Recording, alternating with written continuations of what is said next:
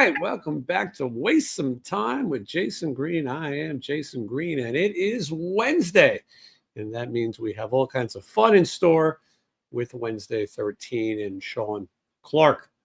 I've been busy the last few days at the licensing expo. I've been going to the licensing expo since 1993. It was in New York City.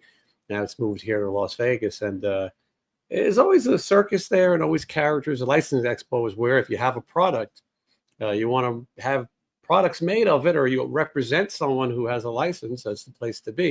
I always thought if I got out of this music world, whatever, maybe I would dabble more into licensing. But I'm going to talk to the guys about that and see what they've been up to, all that and more. Hold on. Right after that. Just wanna waste some time with you. Sometimes it seems too good to be true. Nobody I'm gonna waste time with that.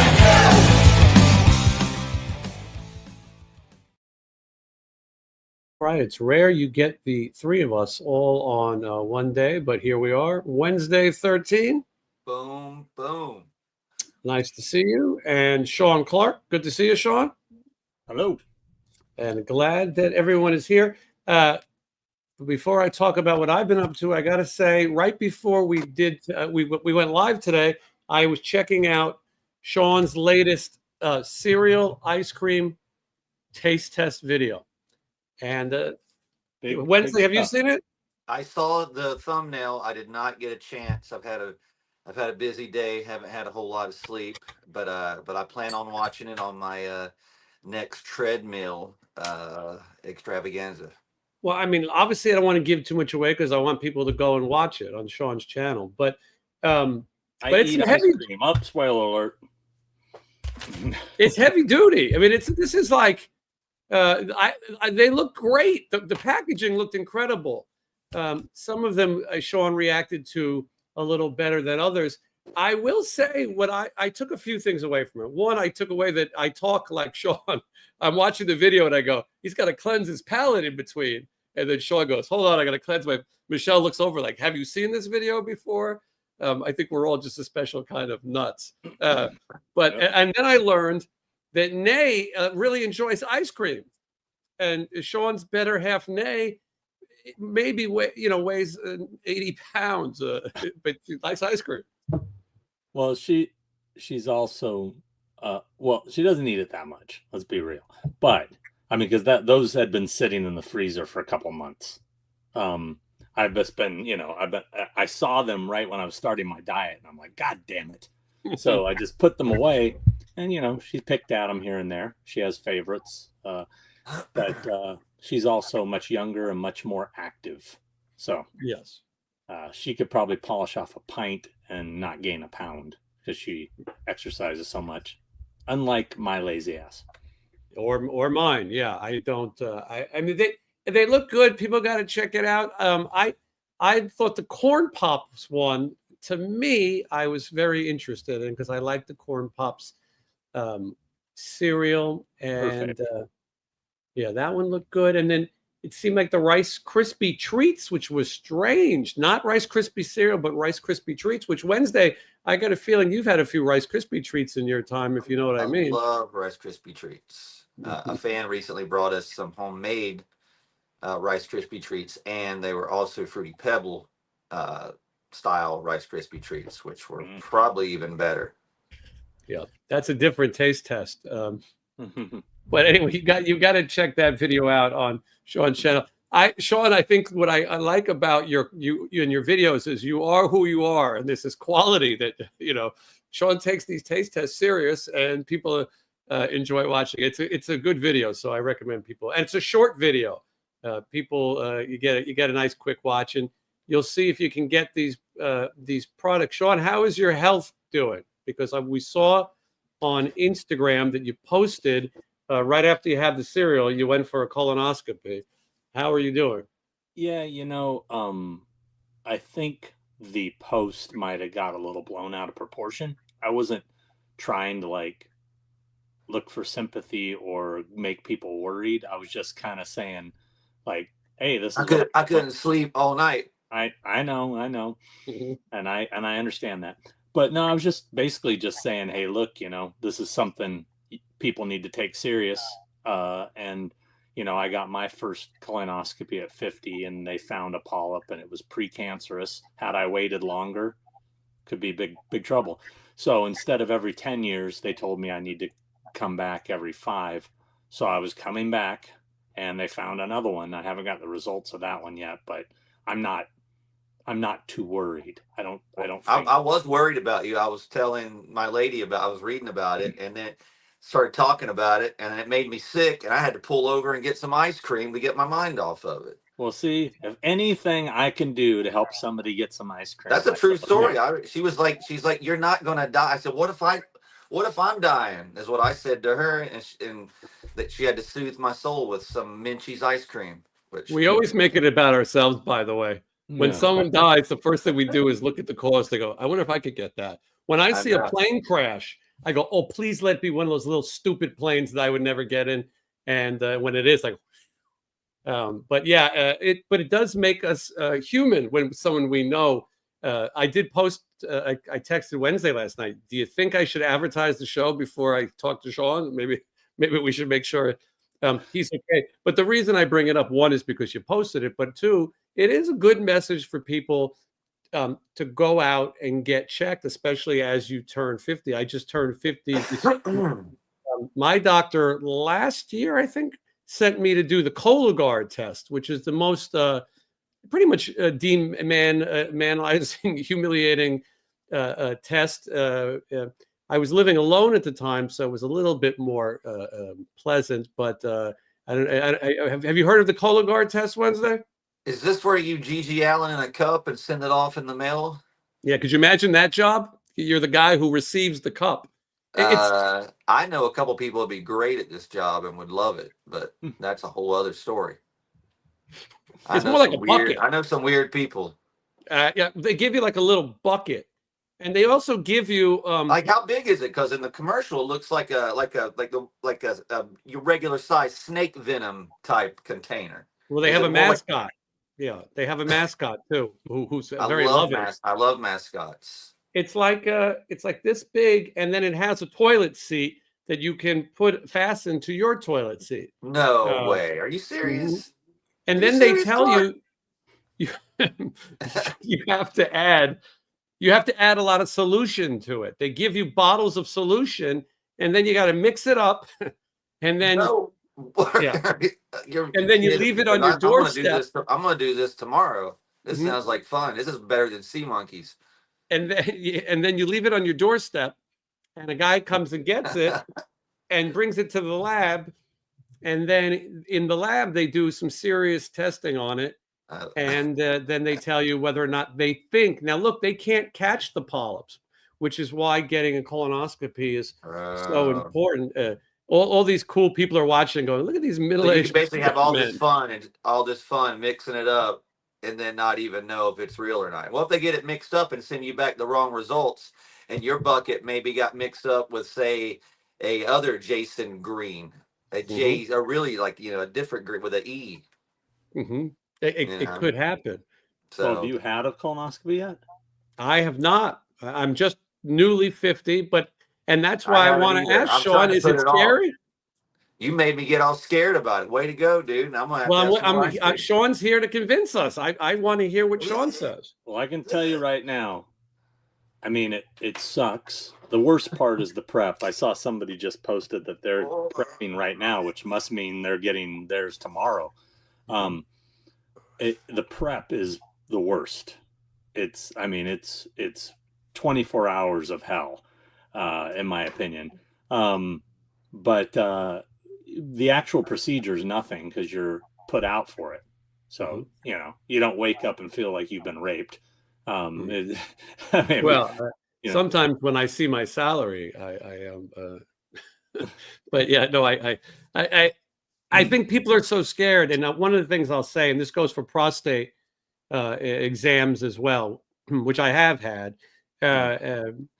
Johnny Ramone, my hero, at least when it comes to guitar playing, a lot of these guys were sort of homophobes or scared to get a prostate exam. I mean, which is ridiculous.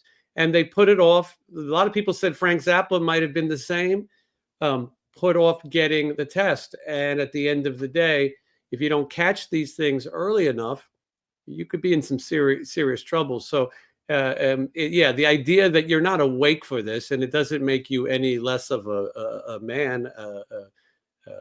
Wednesday, you're not quite 50 yet, but we've got to explore these things.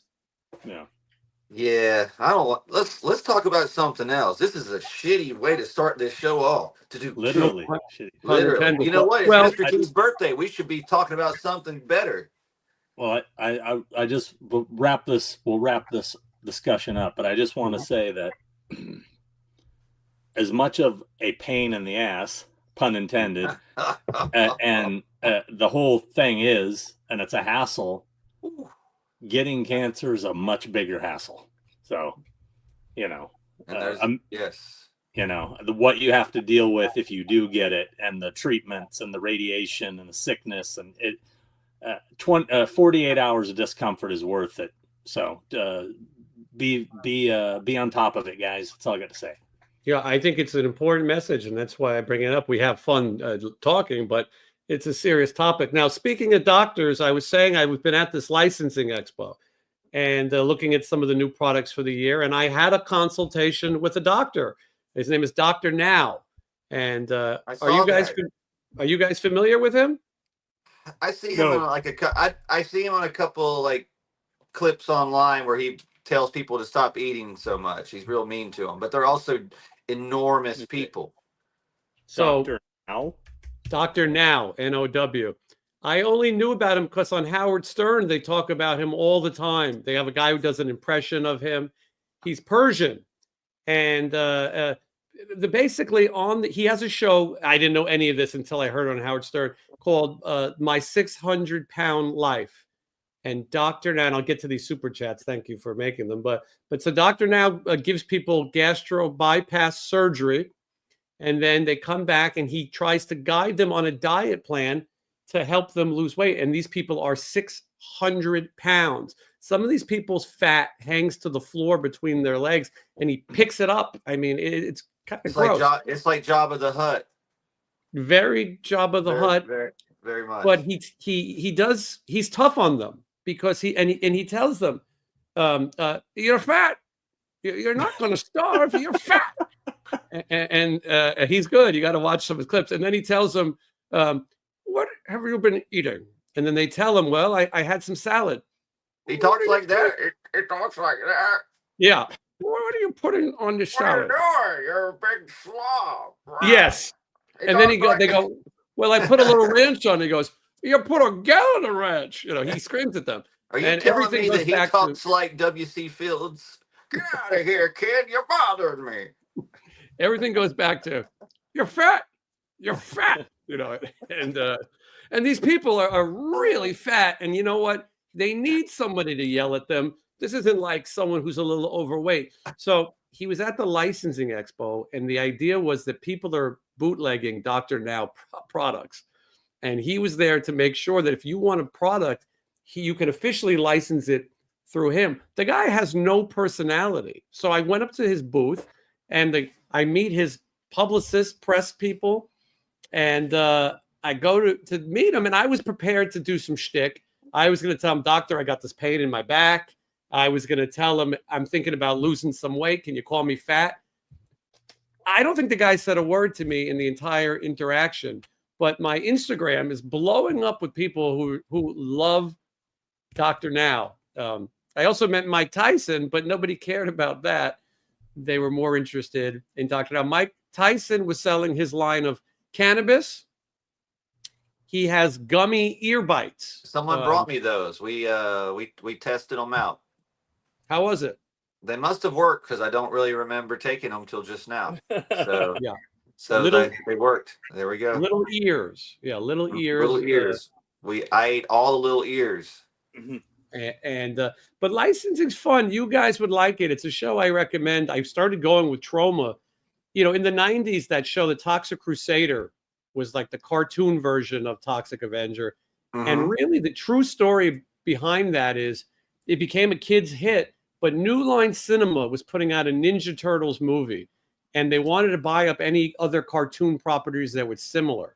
So they held up the Toxic Crusader movie, and put out the Ninja Turtles movie.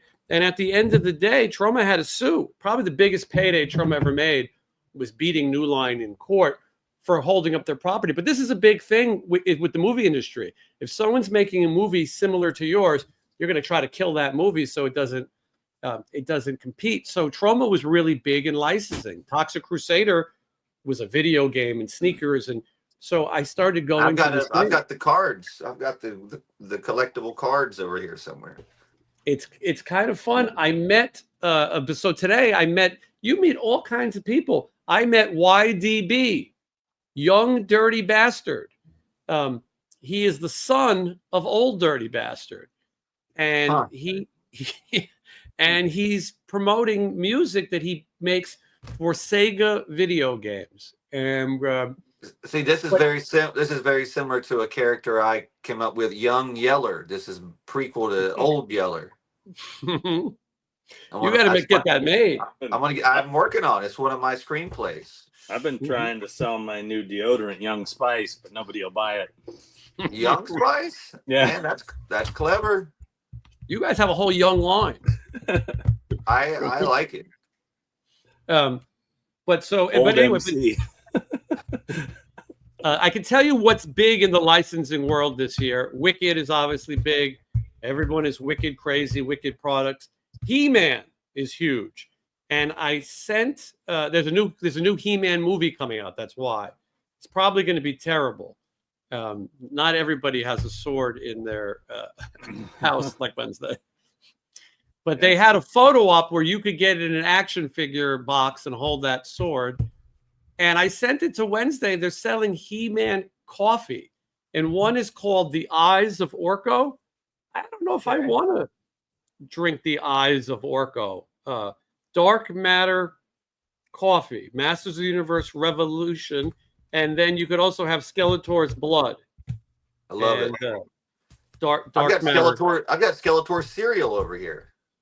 That's probably better, but so those were big products. Then, of course, you got your Bluey for the kids, a lot of kids stuff. Barney the dinosaur is back and walking around.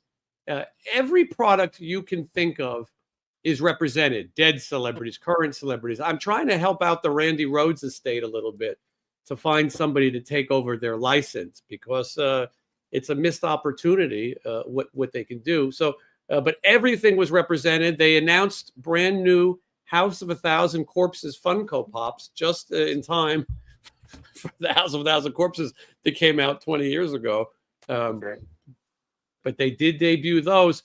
And I will tell you, though, there is 10 years ago, 15 years ago, there is a problem in the industry, though, of toys. And it's called the Tariff of Nottingham. Yeah. The toy business is in really bad shape. I watched this. I watched this little 60 Minutes documentary on it. But yeah, a lot of toy parts come from China. Obviously, plastic is not really an American export. Well, I actually had a conversation with a friend of mine who runs a very, very well-known toy company. I'm not going to say who it is because I don't want to speak out of term. But see where his dude's made. But I guarantee you that we all own stuff from this company. Yeah. And he said that it's looking rather grim for the toy biz at the moment because of everything's made in China. Mm-hmm. Yeah, I mean. So. And probably the company you're speaking about was represented at this convention, but all the toy companies that we collect from are having this same problem. Funko is Hong Kong. All of it. Funko is having a major problem. Funko had to raise their prices.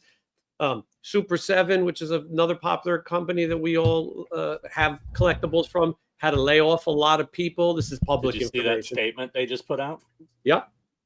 I mean. Yeah.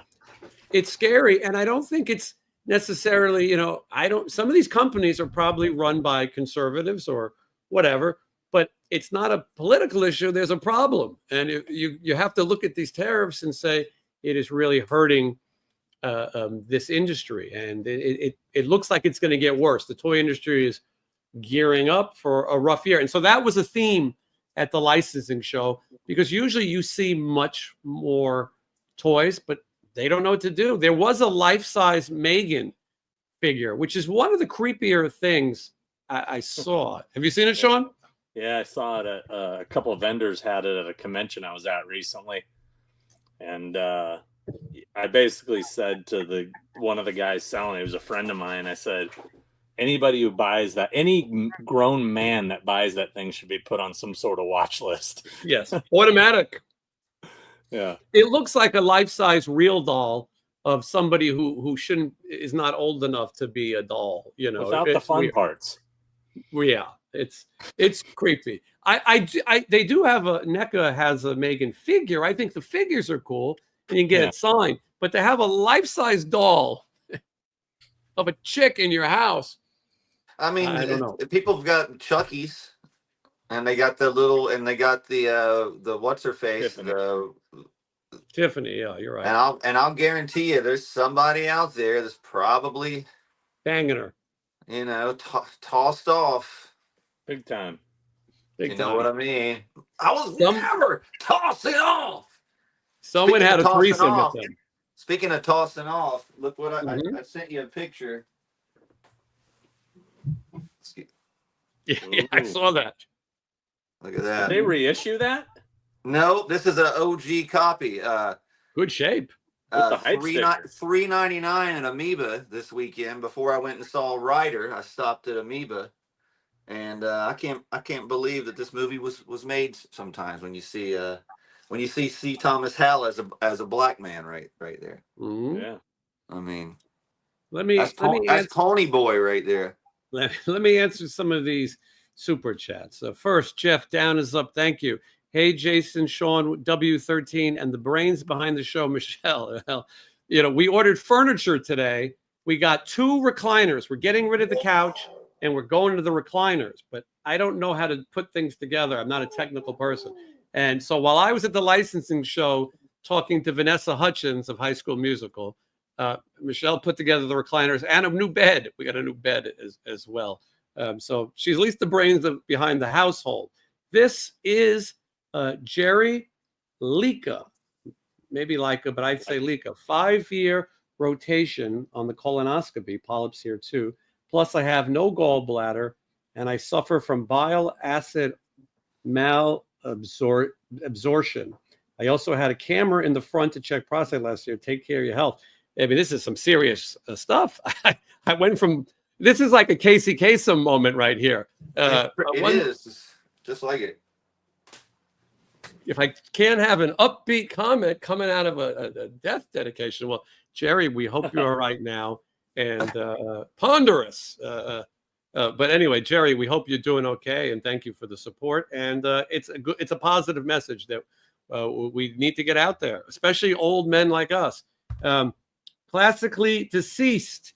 On the next episode of Two Heads, we want to have Christopher try the worst flavored ice cream and see his reaction. The fans would love to see that. Does he not like ice cream? No, he likes ice cream. The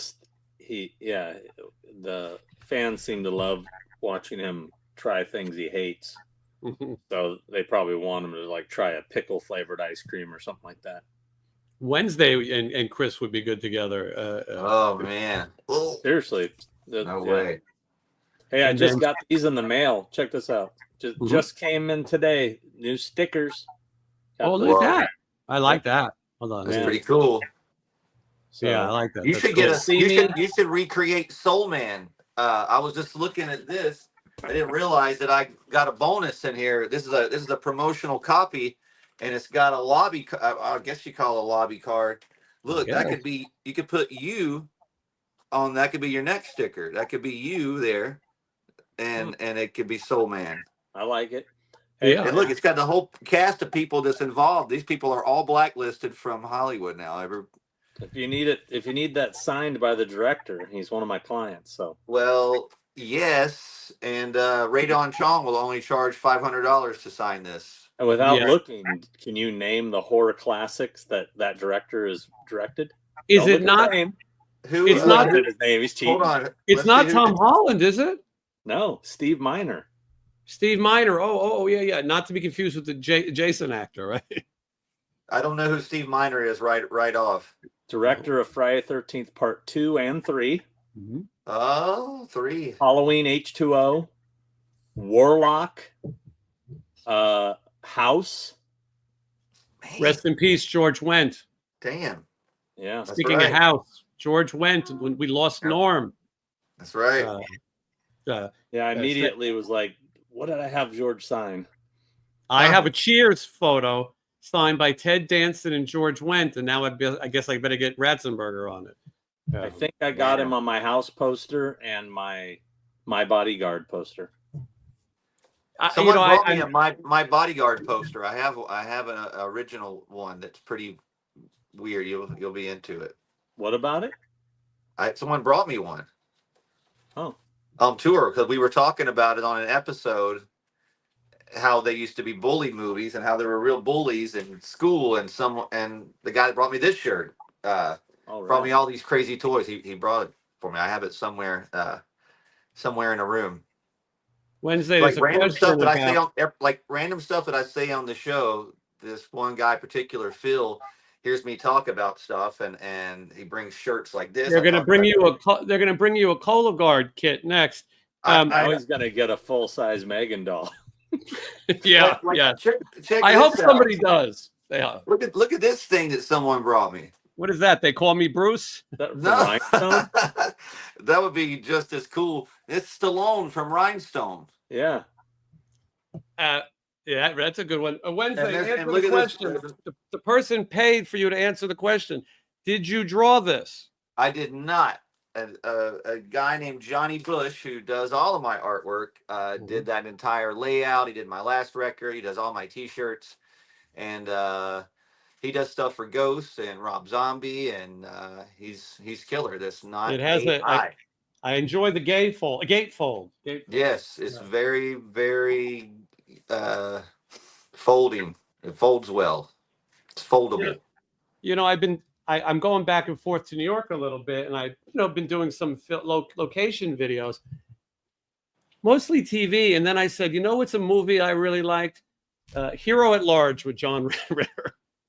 And I said, I'd like to go do those locations. And I found them. A lot of New York movies I can look at. And New York is the easiest city to get around because of the grid system, 53rd and 3rd, go over 53, go over 3. And so when you watch the movies, that was one I had. And then I got into this whole New York mood. There's an episode of The Incredible Hulk with Lou Ferrigno from the first season called Terror in Times Square. And the Hulk goes to New York. It's only the Hulk in New York. All the other actors are reacting to him shot in California. But I said that would be a fun video to do. Sometimes you want to make these videos that are a little different. Sean will tell you, he just did the Blair Witch Project. I haven't watched it yet because it's long.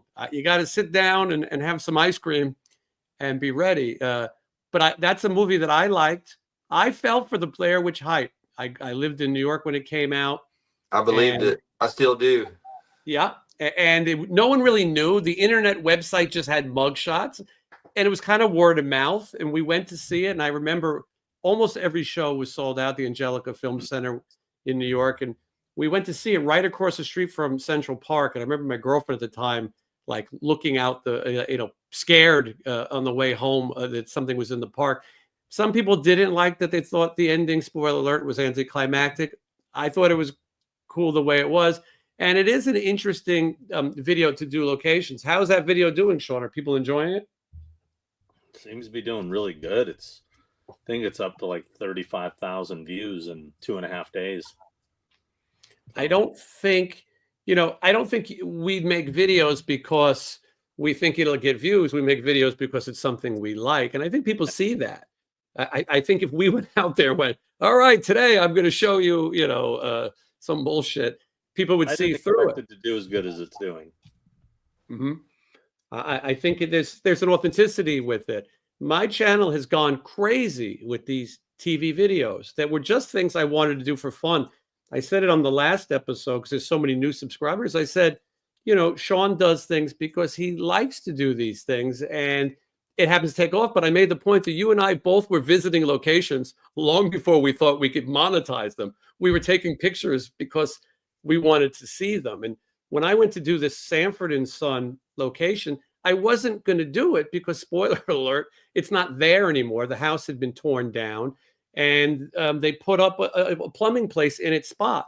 So you can kind of see the surrounding neighbors and you can match up the shots to see the poles are the same, the street is the same. But I wasn't going to do it. But I said, this is a good chance for me to tell the story about how I played trivia with Damon Wilson and show my pictures. And that video is now my #1 video in 5 days. This whole YouTube thing is insane. In 5 days, it's over 150,000 in counting. It's just a little video of me talking about Sanford and Son in front of a place that had been demolished. And Sean, you know this well. People love to comment and get involved and complain or not. And that engagement is only a good thing. I mean, anytime people want to argue with you, what the good part is when people want to share quotes. I'm happy to hear, watch it, sucker, or how about 5 across your lip.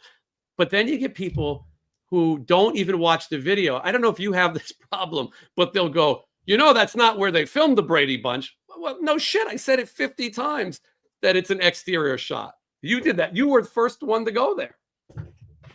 Yeah, no, that happens all the time where they comment about something in the video without watching it. And somebody even said to me, like, one of the comments was something like about the guy who I took with me, who's the Blair Witch expert, right? And that he had been to the house before it was torn down. I said, well, is he going to show the photos? And I said, they're in my video. What do you mean they're in the video? I show him standing in the house. If you watched it, But the thing I deal with comments all day of every level like this. It's people don't do anything. Like I posted my cat tree that I got. Get you one of these cat trees. Tagged it. Oh my God, that's awesome. Where did you get it? People race to comment. And I'm like, yo, yes, it's crazy. It is a cool cat tree, by the way. It's a very cool cat tree. Yeah. What is the name of the person who made that thing? It's cool. The company is called My Ninth Life LLC. I have it tagged on my my story from yesterday. Yeah, I mean, I watched it, but I thought we'd share it with other people because it was cool because the lady that brought it, the couple brought it over. They're neighbors here, so made friends with them too, which is even cooler. Yeah, they saw my video on that metal injection site at my house and said, "Hey, you need a cat tree," because the one in my living room is comfy for Scream, but it don't have the goth vibe, and this is like a heavy duty cat tree. It's awesome. It took me a little while to put it together. I only yelled at my lady like 10 times putting it together. It was. I just go out. My lady is smarter than me. She has a doctorate. She could put together a recliner like it's nobody's business. Sean, what is the name of the artist who created that picture of us that we're using in the thumbnail today? Leonardo DiCaprio. Same artist who did this. It's Mark Beer. That's right. Yeah, Mark Beer. Beer, like drinking a beer. Yeah, great art. I want to get that made into a T-shirt. I've been talking about it for a while, but I think people would like to have that as a shirt. So, but I wanted to make sure I credit Mark because what great art he does, and all of Sean's art is cool. And does he do your thumbnails too, or just your cartoon stuff? Well, I mean, we've used his art in my thumbnails, but he doesn't create the thumb. My buddy Brian Balchek, who's Creep Shows on Instagram, he's the one who does my thumbnails. I think it's at Creep Shows. Let me double check. It's cool. He makes cool stuff. At Creep Shows. Nice. So, if you guys want to check out, he also played guitar in the band Ignite. I don't know if you remember, heard of them. I have heard of them. Yeah, I do too. Bands. Before Sean Brown, thank you for the generous super chat. Before I get to that, though, we're talking about guitar players.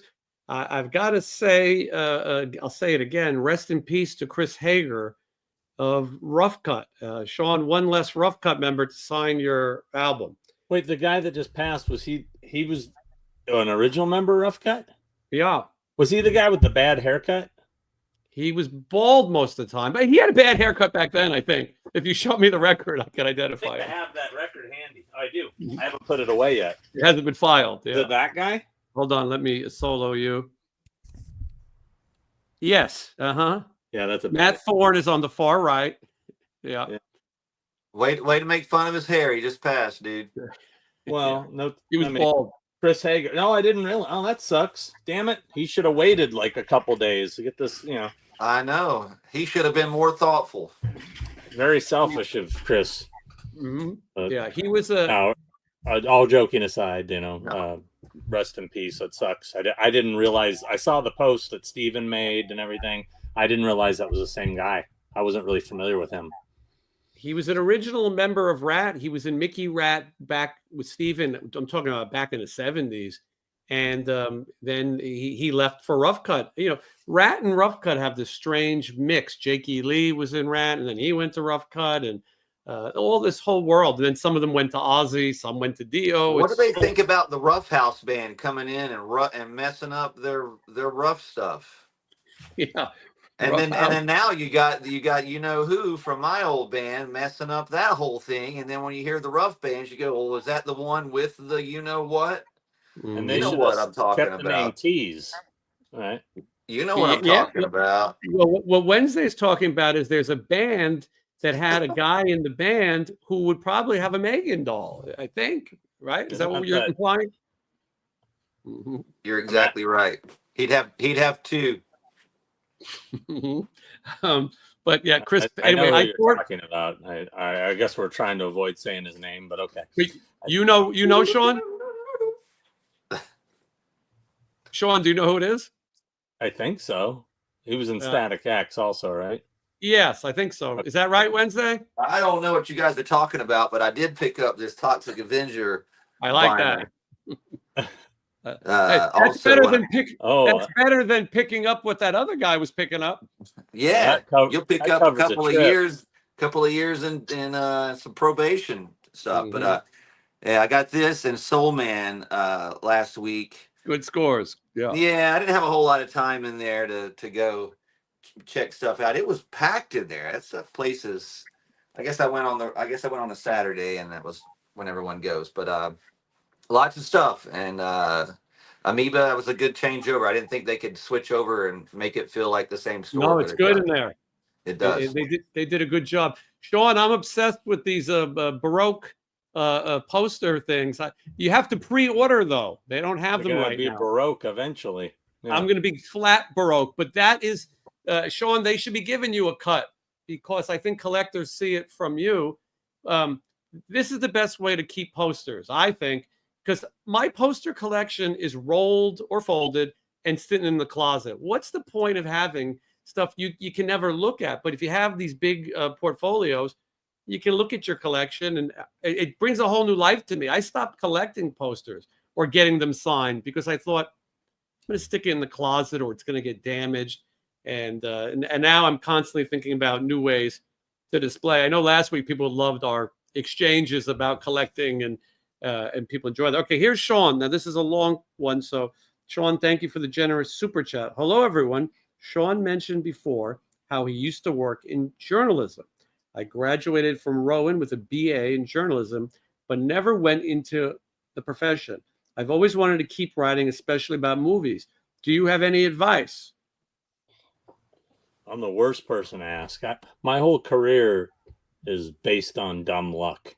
So I never had any journalism experience or literally I was friends with a guy running a website who was based out of like Michigan, and their LA guy quit like suddenly. I don't know why.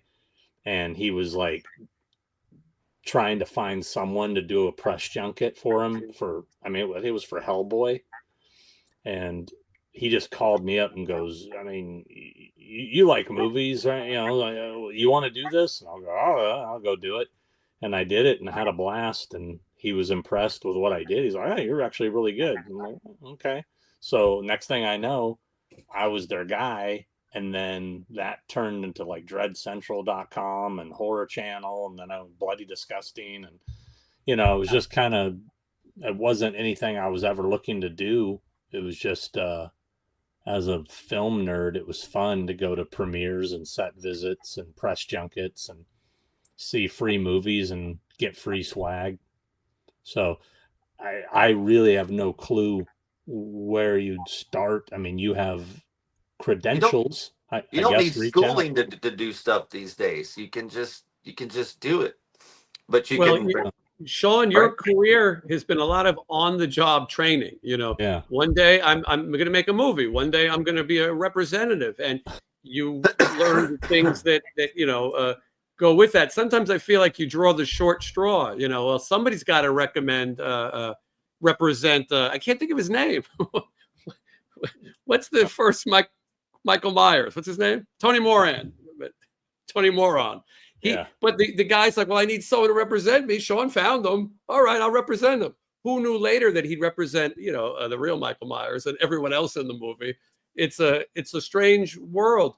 When I go to conventions now, I look around and I go, you know what? We won. The nerds won, because look how big this is. When we were young, it was like not as fashionable to collect toys and all these things.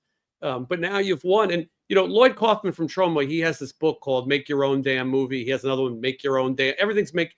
And that's the same for journalism. If you want to do something right now, just do it. Start a podcast, start a YouTube show, write articles. And if you're passionate about it and people relate to you, you'll go somewhere. I mean, we're all just fans first.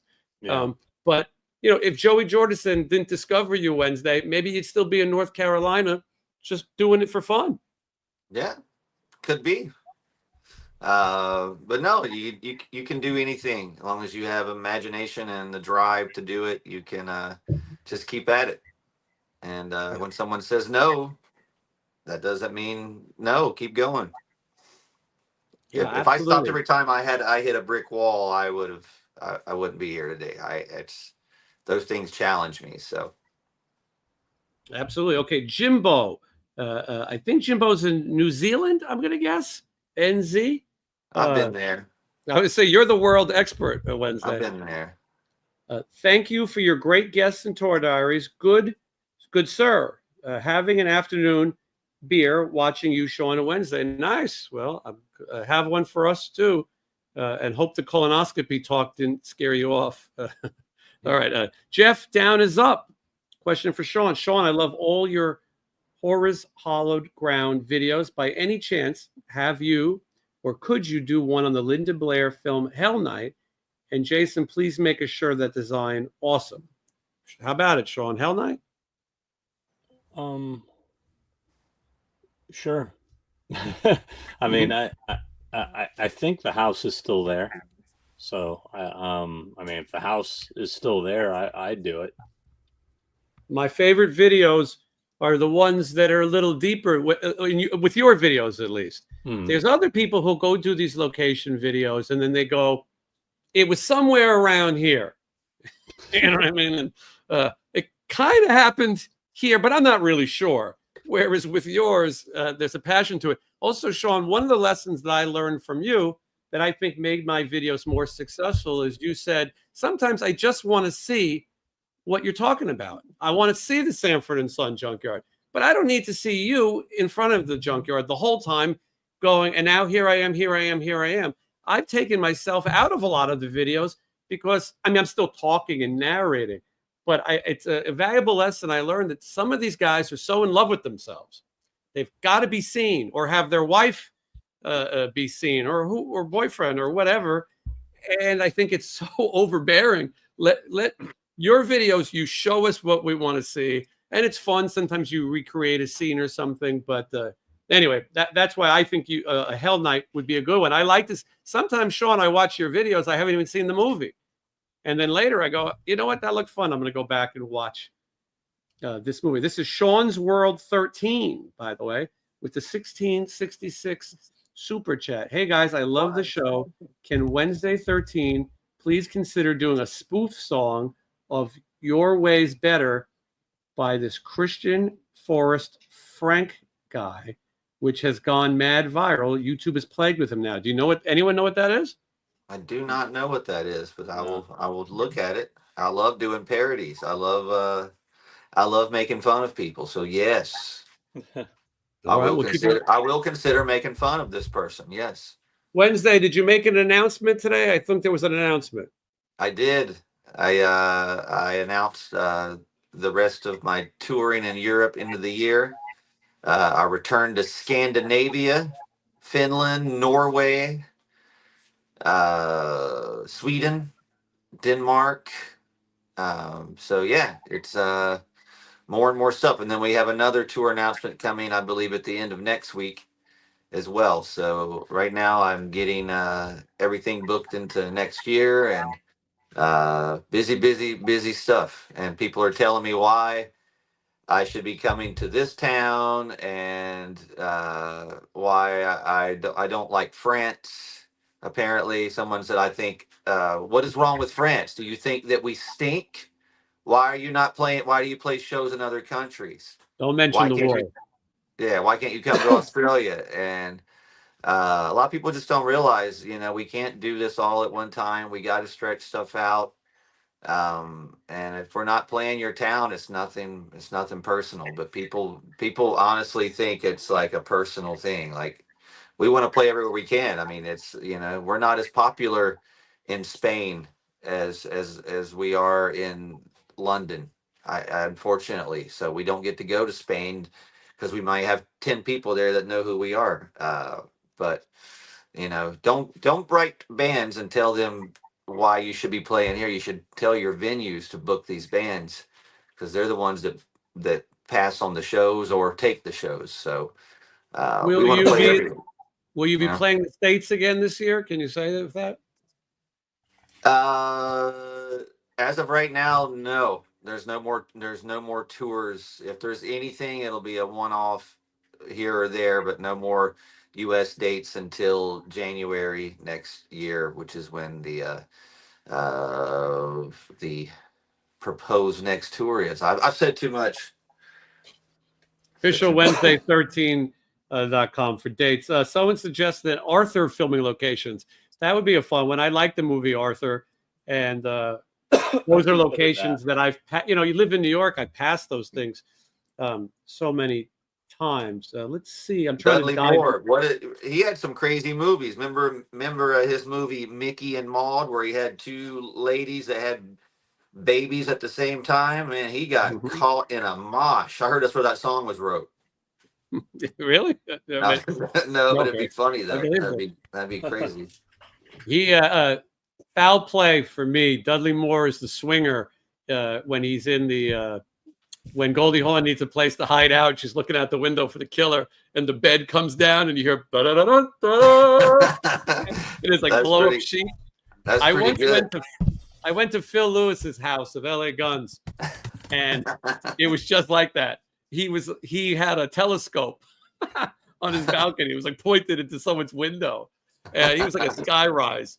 And he goes, "Let me put a little vinyl on for you, darling." And it was totally Dudley Moore in foul play. I will say that Arthur is definitely his best film, but I think the funniest Dudley Moore scene of all time is the scene when he's looking through the telescope in 10, and he just had all the dental work, and he's mixing it with alcohol, and the cops are trying to talk to him, and he's going, and he's like trying to tell them that he had the work done. And that scene fucking kills me, man. I met him once in New York. He was drunk off his ass, and unfortunately, it wasn't an act, and so there was no picture. Maury checked out Sean's Blair Witch video, so the guide was awesome. So a lot of people. There's an excellent episode of Friends, which I tell people people don't know I love that show, but there's a episode where Courtney Cox wants to have her hair cut like Demi Moore, and Phoebe thinks she wants her hair cut like Dudley Moore, and I think it's hilarious. I don't remember. That's why Friends is a great show. That sounds great. RJ enjoyed Sean's scene reenactment of Phantasm locations video. Yeah, I think that makes it a little bit more fun. Ray loved the cat tree. Scream is one happy cat. This is Scream's got a new cat tree, but she's sleeping underneath the bed. I took the bed out of here and put it in the other room, and now she's sleeping underneath it. That's where she hangs now. It's like cats will sleep in the box that it came in rather than it's like a fort. Like I figure it's like I loved make forts as a kid and as an adult, so it's probably just must run in the family. I don't want to pronounce this name wrong. I think it's Chick-U. Wednesday, you're an expert at pronunciation. Oh yes. Let me see. Chick-fil-A. Chick-U. All right. Bless you. Bless you. I'm gonna go with that. That's what I'm going with. Well, we tried. Let's see here. Needs to be a T-shirt. Well, we're going to talk about that. A lot of people want to buy that T-shirt. Well, let's talk about it. We'll see what we can do. Yeah, people are excited. It was a great design. And I'd buy that for $1. Exactly. Did I do this one? No, I didn't do this one. This is Rebel from the Waist Down, 666 on the super chat. Bernie Sanders used to say whatever the number was, $20. If you could spare $18, whatever the number was. With this channel, it's become 666. Everybody likes to leave 666. Sean, I love the Trick or Treat film location video. I love that one too. Wednesday, would you ever cover a Sammy Kerr song? Maybe Fuck with Fire, considering the Hillside Bird. I would enjoy it. I don't know that there are actual versions of that song. Is there just the titles, right, Sean? Is there actually versions of those songs, or that's just the title where that kid's talking about Sammy Kerr? I don't remember that song being on the soundtrack, but I don't. At least that title. I mean, if you're asking me, could I write a song called "Fuck with Fire," "Fuck by Fire"? Yes, I would love to. I was writing the new Necrophilia song just last night.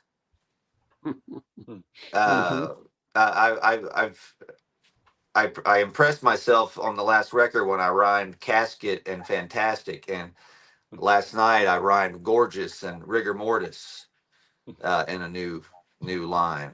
Somebody asked me if Sean is a little bit careful what he says on the show because he represents some famous people, and I said no. I said Sean is probably the most outgoing and most likely to say something crazy. I said the guy who writes songs about banging dead girls is probably the most guarded, because you have to go out and see a lot of these bands. So should I say that Rob Zombie movies stink, you cannot go along with that.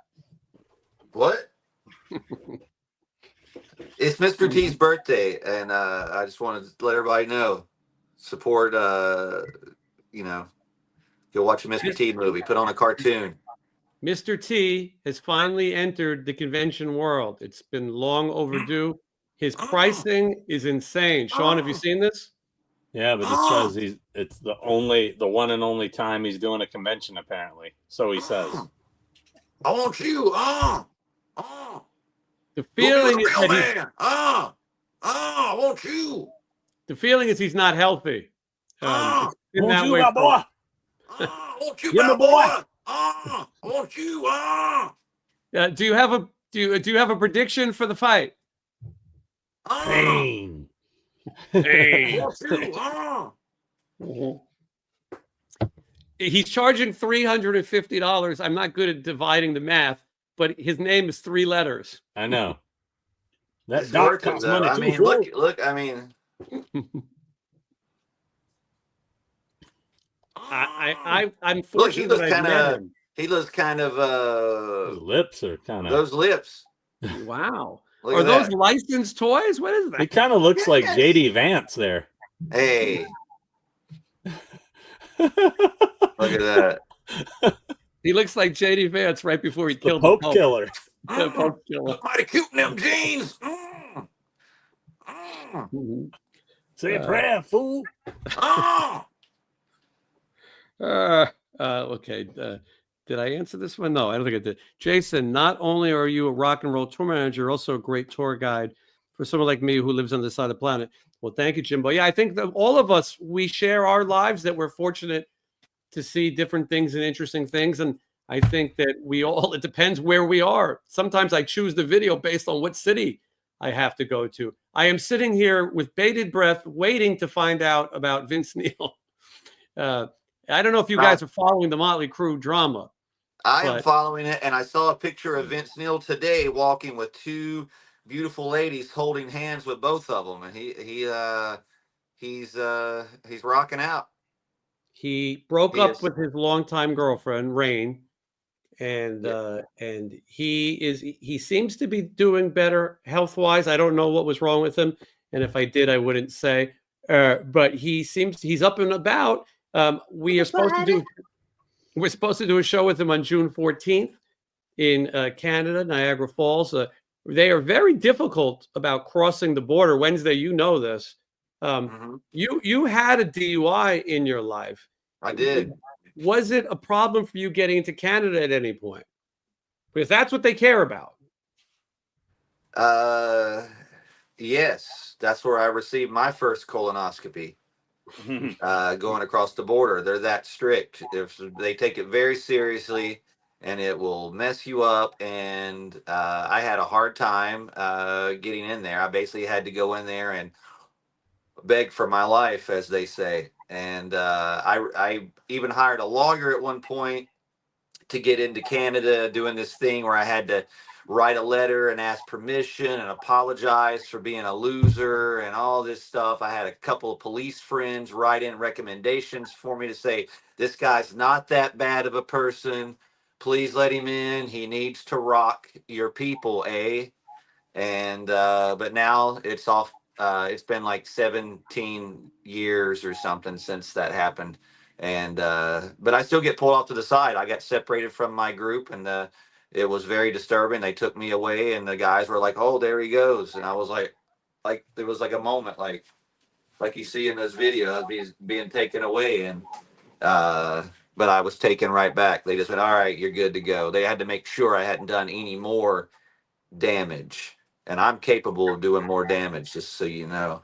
You could bring a Megan doll with you, life size, and they wouldn't care. But if you have a DUI in your past, now I don't know if Vince Neil's ever had any problems with drinking and driving. I'm not sure about that. Not him. Yeah, but he has had lawyers figure it out. Motley Crue's played Canada many times, so he's got it worked out. But when you advance the show for Canada, we're going to a casino. They ask, anyone got anything that we've got to know about that we might have to be prepared for? And same thing goes for Bobby Blotzer. When I worked with him, he had a BUI, which is boating under the influence. He was drunk out on his boat, and they know. You go to Canada, they will find it. And so anyway, but we're waiting. But Motley Crue is having all kinds of problems. Are you guys following the Tommy Lee, Brittany Furlan, Ronnie Radke triangle? I've heard about it. I don't think there's much more to follow, but I heard the story. Tommy Lee's wife. I got in a little hot water with my fake Ronnie Radke account, but I won't talk about that. I usually just do that for fun, but anyway. I was writing him too. He was talking. He likes my band. Writes me every day too. I don't unless the AI. The AI.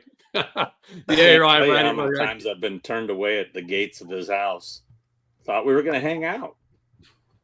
Man, I was thinking about that Motley Crue Brandon song, and just how good that song is. Brandon, you say? Brandon, I love you. You're my son. Your mother gave birth to you. You're the one. He beat up his dad too, right? Oh. He beat him up. He beat him up like 27 years later. That is that's a way homer, man.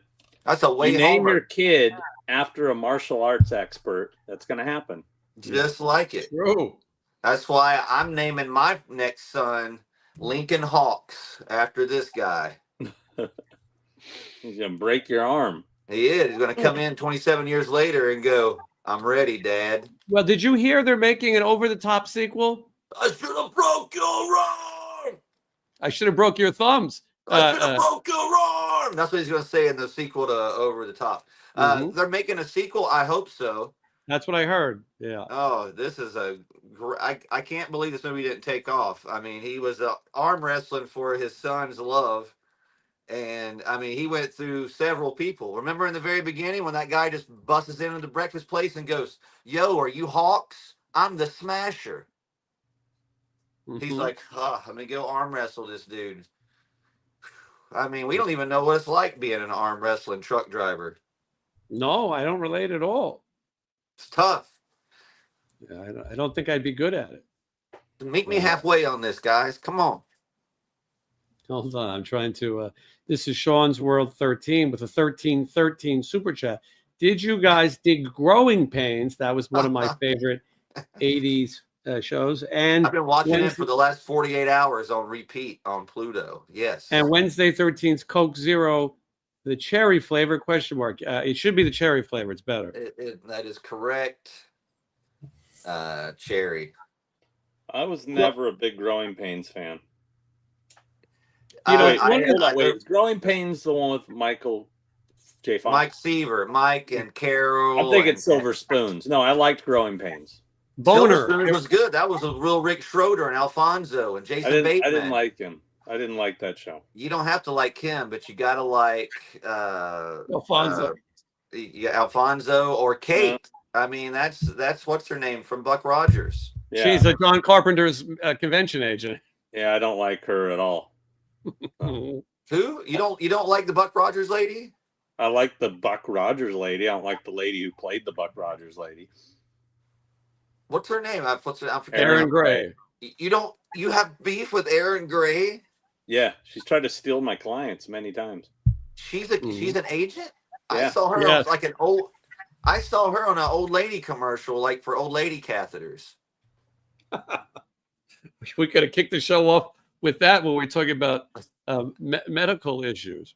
Growing Pains had a character named Boner on it. Boner's the bone.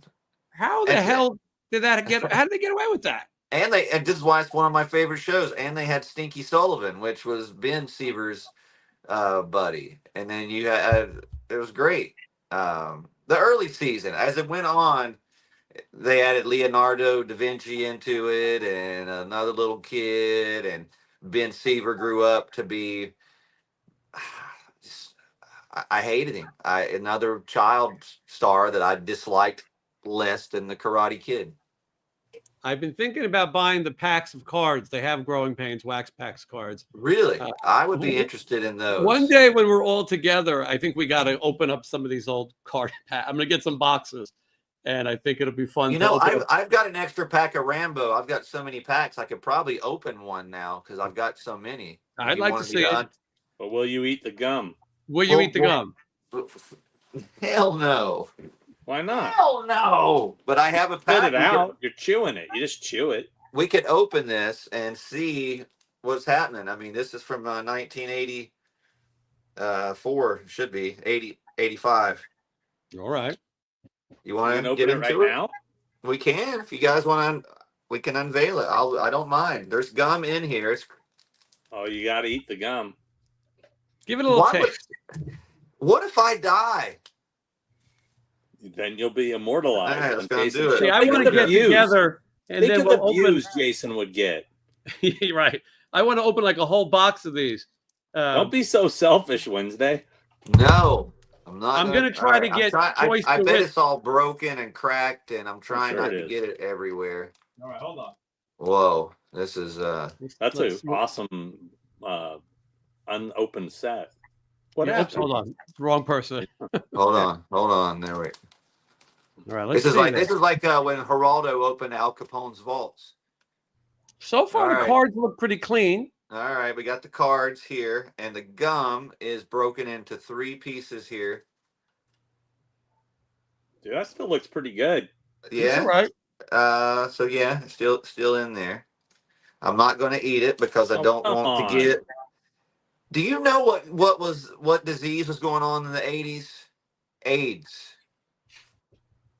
There could be AIDS in this, and I'm not doing it. Not for views. Just so you know. I think they cured that. They did not. But check out these cool cards. Look at this. The strategist telling Rambo, "Hey, just go in and take photos. Just photos. Just photos, Rambo. Do not engage the enemy." I'm gonna do a plug for one of my videos on here. I'm gonna put it in the chat. Yeah, like I said, if you want to watch somebody eat old gum, there's a video of me eat. Remember the chew bops, the little records? I ate. Yeah. I opened one up and ate it. He lived to tell too. Yeah, I wasn't a These puss. cards look good. These look great. Look at that. It teaches children how to hunt. I remember when I got my survival knife, I went right out in the woods and tried to kill everything that moved. Luckily, I didn't see anything. But I thought about it. Look at that. Just fire. Pirates in flames. Look at that. I mean, these are mint cards. Look at that. Just burning the. Look at that. There's people dying in this photo right here. Look at that's like pre 9/11, guys. If you know, I'm putting it in the chat. Anybody that wants to see this video, hold on. I'm trying to find it. I don't. Did you share it, Ron? I don't see it. I just put it in the chat. Okay. Oh, and there's a special card that's got the piece of poster on the back together, which is probably a picture of him murdering somebody. I can only hope. Look at that. That's a cool card right there. Jesus Christ pose there. That's yeah. He's just showering after he blew that guy up for killing his girlfriend, and then this guy right here with the knife. These cards, though, they really are in great shape. And the backs are super cool too. Look at that. And here he is with American POW right there. He was not supposed to engage the enemy, and look, Rambo put himself in this situation. You know what's I got Rambo cards. I didn't realize. Vietnam jungle and those guys with the clapperboards just come out of nowhere. That's all. Yeah, I'm coming for you, he says. And then the final card. Oh, there's Rambo and his lover right there. Oh yeah, she was hot. Remember when he first runs into her, he almost punches her in the face, and she says, "Some dumb boy, Rambo." And he goes, "Hey." He shows that he speaks her language. He goes, "Hey." True. But those cards were in way better shape than I expected. I like these. Are cool. I'm happy with these. They feel good. They feel good to touch. They kind of got a weird. They kind of got a weird texture to them, almost like a braille feel to them, as if you could not use your eyes. You could actually still enjoy these. Question for the smell. Mm-hmm.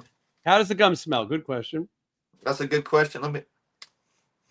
There's no smell to this gum. I feel like this. I mean, I'm not going to eat it, but do it for the gram. No way. We're trying to find your link, Sean, to share it, but I posted it. Remember when Jerry Mathers ate that bug on David Letterman and almost died? I posted again. I need to put it in the chat again. You can't post it. Wednesday tried this too. There's some reason why. What? You can't post link. You got to get Michelle to share it. Yeah. She's the key master. You're just text it to me, right? Or tell me the name of the video and she'll just look it up. Hold on, I'll text it to you. The video's named Two Girls and a Cup of Macaroni and Cheese. That's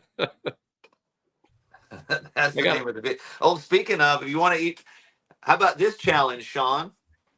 Since you want to eat gum, put your money where your mouth is. You can open this up and eat all this Rambo flat gum that I got. Oh, that looks good. I would do it. This right here is it is hardened criminal in here. It is. I'm down. Sealed. That's not chewing tobacco, is it? No, this is black raspberry bubble gum. What year is that from? The ingredients are sugar, gum base, corn syrup, acid, and artificial flavors. Well, that's good. What year? This would be. Hold on. Just go to YouTube and look it up. 1985 also. 1985. This is yeah. I don't think this would be safe, but if you want to try to eat it, I will let you try. I'll have a doctor on standby to pump your stomach like they did the New Kids on the Block. All right, let's answer this question for Sean. If you had to choose, this is an easy question for me. If you had to choose one, Original Vacation or Christmas Vacation, which would you choose? The remake. I would choose the original. Original, of course. Wednesday, Original or Christmas Vacation? Original's my favorite. Yeah. I mean, I think it's fun that the Christmas movie is there every year, and but the original is definitely the way to go. Okay, let's see what I got going here. Just saw a post that Ace Frehley's canceling his shows this weekend due to illness. You think he chewed the gum? Maybe he got electrocuted again, and he has to go re-record "Shock Me." I think he didn't chew the gum. That's why. Hiroshima, shock me. I don't have any shows with Ace coming up, thankfully. So I guess I'm safe. But okay. A question for Sean, which is, not sure if you've done an episode. I would love to see film locations of Return of the Living Dead Part 2. Get that damn screwdriver out of my head. I did it as a written article in Horrorhound magazine. I was the first person to ever find the house, because the people that it was a pretty interesting story. I wish I had filmed it, but when I went there and the person came outside and asked me what I was doing, I said, "Oh, well, this house was used in Return of the Living Dead Part 2. And they said, "No, it wasn't." I said, "Yeah, it was." And they said, "No, I've lived here. I'm the first original owner. I've lived here since this house was brand new. That movie was not filmed here." And I go, "I hate to break it to you, but it was filmed here before you moved in." And I pulled up the video, because if you remember in that movie, that neighborhood was under development in the movie. Yes, it was. Yes. And when I showed him the video, he was floored. Nobody had ever come by. Nobody had ever found it. I was the first person.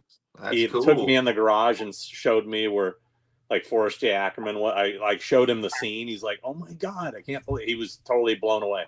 So I've been meaning to go back and actually do a video. I don't really like that movie too much, but I figured since I already know everything I'll go for it.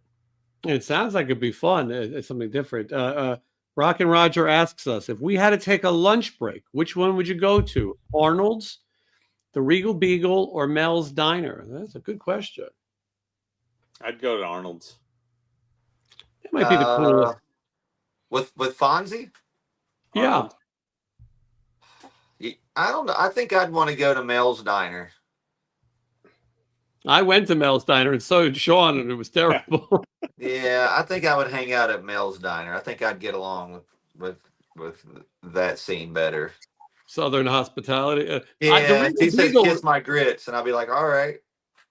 The Regal Beagle is where you go to swing, right? I mean, you put on your ascot, and but I think Arnold's for me as well.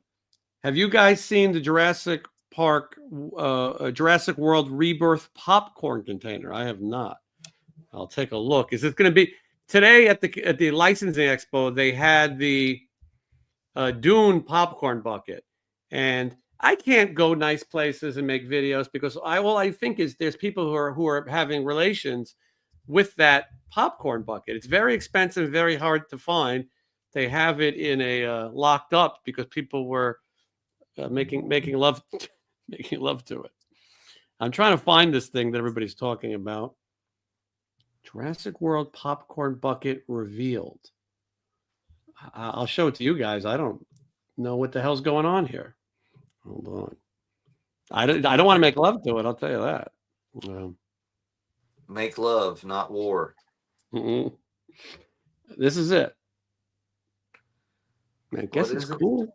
I can't Little tell. embryo kind of It's thing? an incubator dual container, and so the little dinosaur is in there with your popcorn. That's weird. I don't want it. I don't want any part of that, Dewey. Popcorn bucket thing's getting crazy. Sean, let me ask you a question. You went to the Universal Fan Festival Fanatic. You went to the Back to the Future thing, and I want to hear from somebody who I trust your opinion when it comes to things. Was it worth it? Was it fun? The Back to the Future part was. The rest of it was super lame. Like everything else they did was, I mean, the Dungeons and Dragons thing was okay, but I mean, it's basically like they were trying to create Horror Nights mazes, but without the scares. Like you're just watching little scenes, and it just was like, I don't know. It just felt like okay, that was boring. But the Back to the Future thing they did, you know, down by the clock tower and all that was actually really good. I was really surprised. Like they had all these actors out there recreating scenes and walking around, and then it was timed out really well, because that was the one thing me and Adam were talking about. It's like, how are they gonna do this? Like, how are how are you gonna make people leave? They really didn't make you leave, but there was kind of like a start and an end to it. You know what I mean? And some people stayed and watched it over and over again. I think we stayed for like 3 cycles and then finally left. But it was impressive. There was a couple things they could have done better. I feel like they might do it again. I wanted to go, just couldn't get out there. The word is they're going to do Back to the Future Part 2 next. All right. So they're going to update it to be, I guess, futuristic. So people will go. It seems like a fun idea, and to have an interactive time on a movie set is pretty cool.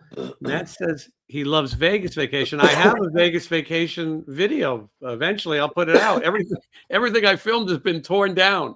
There's no chance of anyone else doing it because the Mirage Hotel and many other places are gone. Matt also saying excellent job on the Blair Witch video. Sean, Tony just wants to say that Sean is awesome. So many people good taste here tonight. But here's a long question for Sean. Let's see. I don't screen these. I just put them up.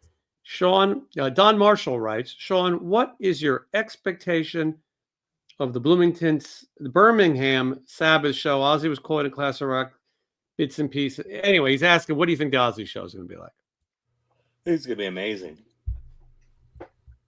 I'm pretty excited for it. It's going to be a big event. I'm excited for Rudy Sarzo and Jakey Lee, some of those guys that I grew up watching play with Ozzy, being involved. We're doing the club Vamped here in Vegas is going out of business, and they're doing a special final week. And I'm excited because I believe Jakey Lee will be there to see Warren DeMartini. This is like 80s. If George Lynch was there, it'd be the trifecta. Wednesday, you were one of the final. What's that? When is that? June 10th. If you want to come to Vegas, let me know. I've never been to that club. You could say goodbye. Wednesday was one of the last people to play there. I don't think it's his fault, though. No. Another cool venue that was cool to bands, and always a cool guaranteed audience. That was it was fun. Now we got to find somewhere else to play in Vegas now. It's tough. I mean, they were there 16 years. I opened for a Proud Boy there of the Fake Misfits. Yeah. You'd be proud of that. Yep. And anyway, legendary place, but they're going out big. Loverboy, Night Ranger, Piercy DeMartini, Fast Music at Vane, 4 shows. And we'll see what happens. Ryder B, thank you so much for the super chat. Wednesday, you saw Ryder B the other night. I finally got to see Ryder B rock out at the Whiskey, and he pretty much made anybody before him look stupid because he came out and just destroyed it. Good band behind him, but I went up front. I don't normally go up front for any shows, but I went up front, and when I turned around after the second song, when I walked up, because the band in front of him was forgive me for saying this, was so bad. I don't even know what was going on. They were experimenting in something, and when Ryder came out, I guess that band kind of scared everybody away a little bit. And then when I went up front, and within the first song, I turned around and it looked like the place was like packed. So he commanded the audience, and it was fun to watch something be as pure and simple as what I started off doing. Like that was as rock and roll as it gets. It was no computers, no, just plug in, play, and have fun. And his spirit was I seen a lot of my younger self in him, so it was cool to see. Do you know how Excellent old? job. Do you know how old he is? I believe he's 9. That's what I believe. That's what his I didn't keep asking him, but I think his dad said he's 9. Yeah.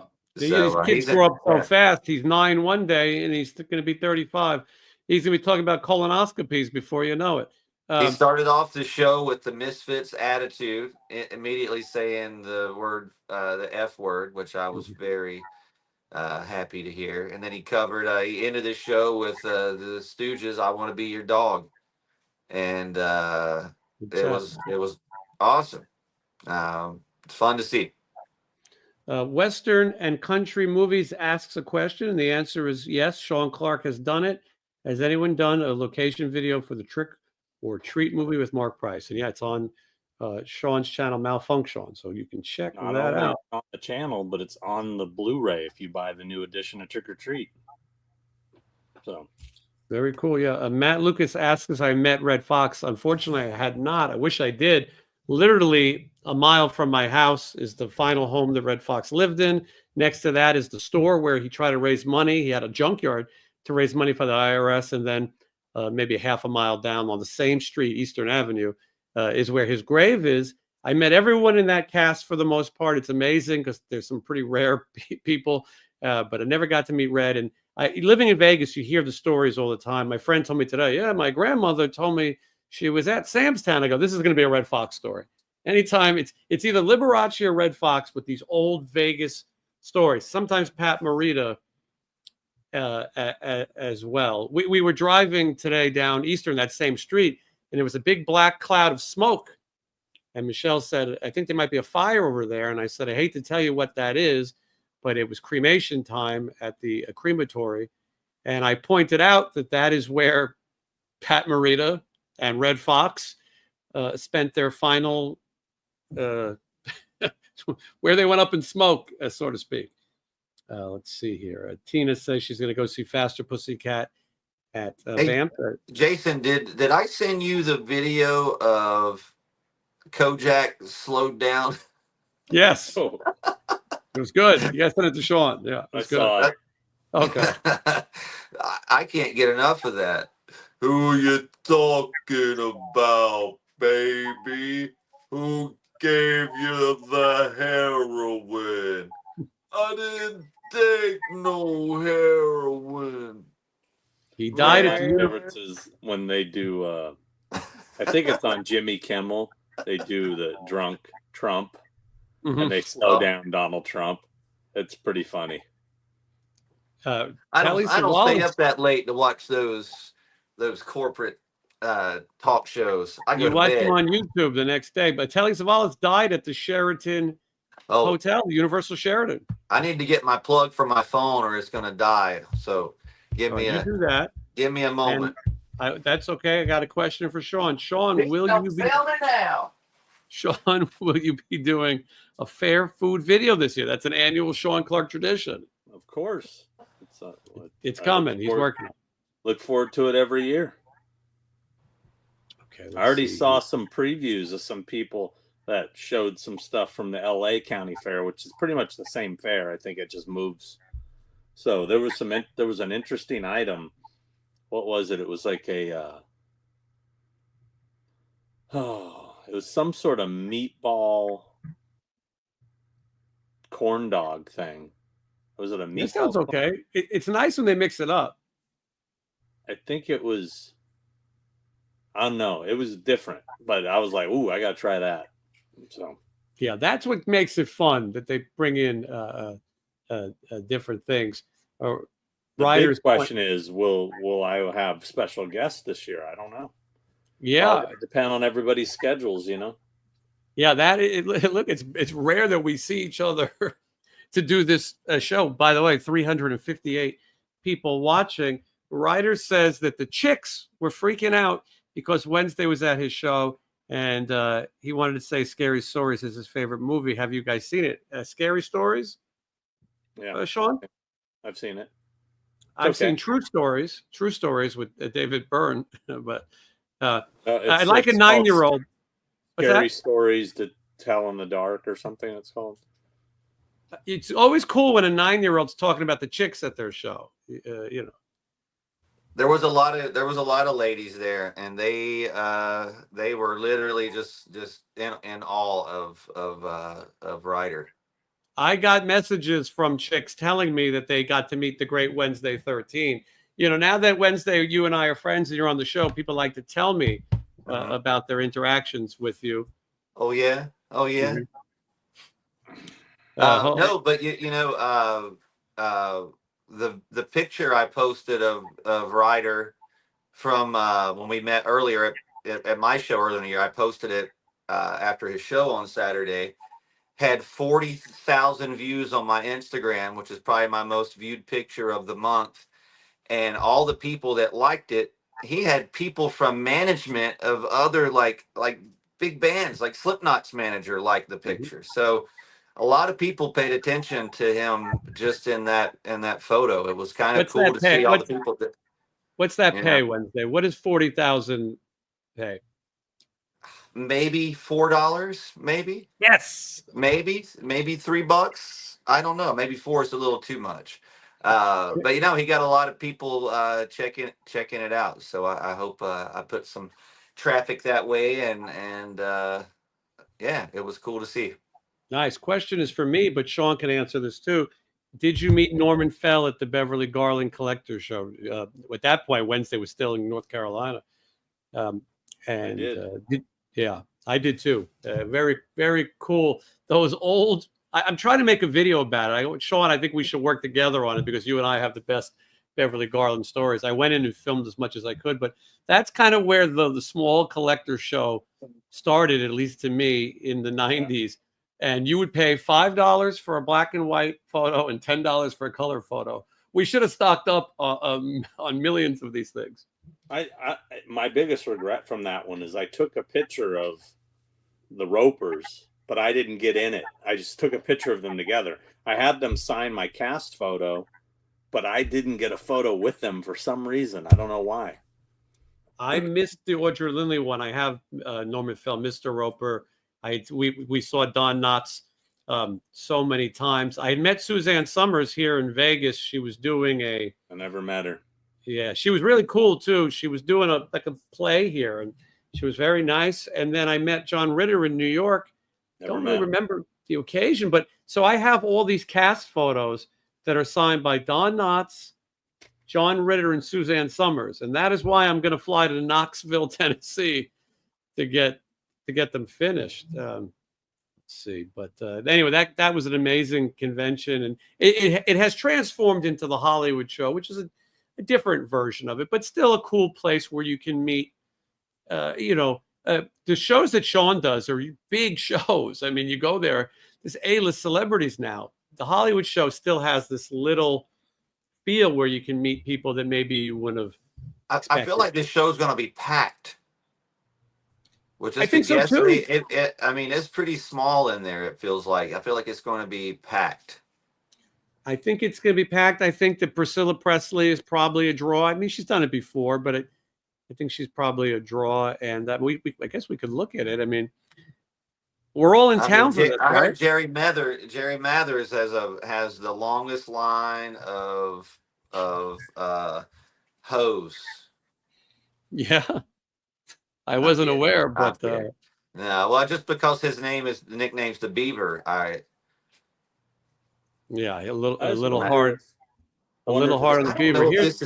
I don't know if this is plugged up or not. What the? I wonder if Hold it's on. going to hurt them at all to have Monster Right. Palooza be the weekend before it. I think that's scary. I mean, it's better than being the weekend of. Barbara Luna does everything. She's a Star Trek name, I believe. All right, I got to grab one more attachment. I'll be back. Right. John My Rhys phone's Davies, not charging. Hold on. All right. Indiana Jones movies, right? Yeah, he'll be busy. Yeah. Lord of the Rings, maybe? Yeah. Keith here, that's Little Ricky. They just added the Flash Gordon duo, Melody. And if you're a collector like we are, you've already met them. You know what I mean? There's certain, oh, I picked the wrong person. Hold on. Yeah, if you go to conventions, you've met Flash Gordon multiple times. Some of these people I don't know. Angel Thompson's Barbara Steele. We were talking about. She's 131 years young. If she, And I tell you what, if she shows up, get her. yeah, might be a last chance. Bill Mooney. I have a Lost in Space photo. I need to add him to. Billy Baldwin's not really my thing. Billy Mooney. And then let's see. I don't know what Bo Donaldson and the Haywoods are. Do you? They're gonna have the biggest line for sure. Yeah, a lot of Haywood fans. Here's one now. That's a hayseed, not a haywood. Oh, whoops. Look, Are you guys I making don't fun do of country technology all that good. people? Don't y'all talk about my kinfolk. Bolo, I'm excited for. I hope he shows up. I've got Bolo toys. I have Enter the Dragon posters signed by 3 deceased people. I've already met me some Bolo. Yeah, I need it. You need some Bolo in your life. I need a little Bolo in my life. Bruce Boxleitner, that Sean, do you have some Tron pieces? I've always got extra shit I could have him sign. Carney Wilson of Wilson Phillips, Cherie Curry of the Runaways, China Phillips, the mother China Phillips. Right, China. Yeah, China Phillips. Everybody loves China Phillips. Everybody's gonna have quite a long line.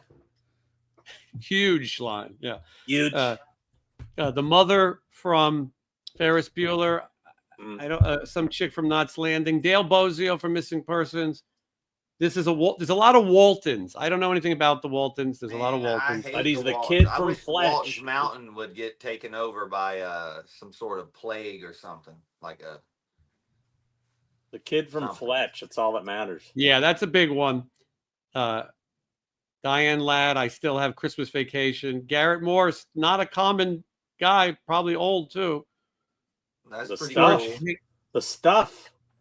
He was Stuff. They have those replica stuff things. Do you have one, Sean?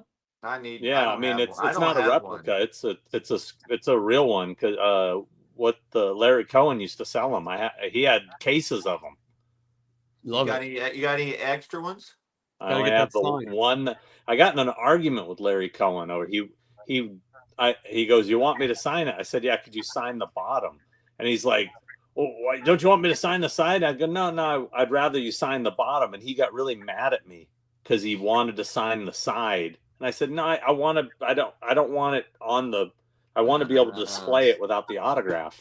See, you're one of those guys that wants to be all specific with. I your usually autograph. don't want props signed, but I'm glad I did. It's the only Larry Cohen autograph I have. So, yeah, it's good that you got it. All right, Hal Linden. This is a big one for me. I have a lot of I have the Barney Miller game around here. Let me see if I can show that.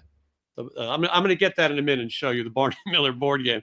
Herb Jefferson Jr., Battlestar Galactica. Dude, Herb Jefferson Jr. was like the Virgil of sci-fi cons. Like you'd see that guy everywhere. I found 2 photos in my house signed by Dirk Benedict that need him. I don't know how. I've walked past that guy 5,000 times. There? Boomer. Oh no, not Dirk Benedict. Boomer. There you go. And through the magic of television, there's the Barney. I also thought a good video would be if we got together and we played like a game like this. You know, We should. yeah. We should do a board Oh. game. Well, the game we should play is the one that Spencer from Ice Nine Kills. The OJ game. The squeeze the juice. The OJ game. You know, Oh, I've got yeah, someone. that's right. I got someone on the look for an OJ mask, so we can bring OJ mask into our show like Howard Stern had. Mhm. I think we need to. He makes me an appearance on the show once we get one. Also, they have this Jaws game. I saw it today at the licensing show. I don't really get it. I think it's like Operation. You put things in Jaws' mouth, and then maybe he falls over. Sean, have you seen it? It's a NECA toy. No, but it's the same original game from the 70s. They just updated it to look cooler.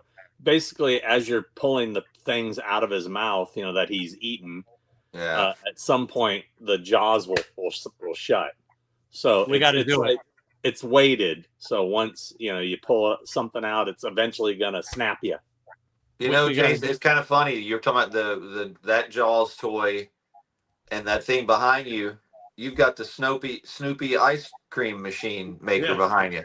I remember at yard sales as a kid, you could find the half missing pieces of the Jaws game and that ice cream machine at all yard sales, and I had pieces of all of it.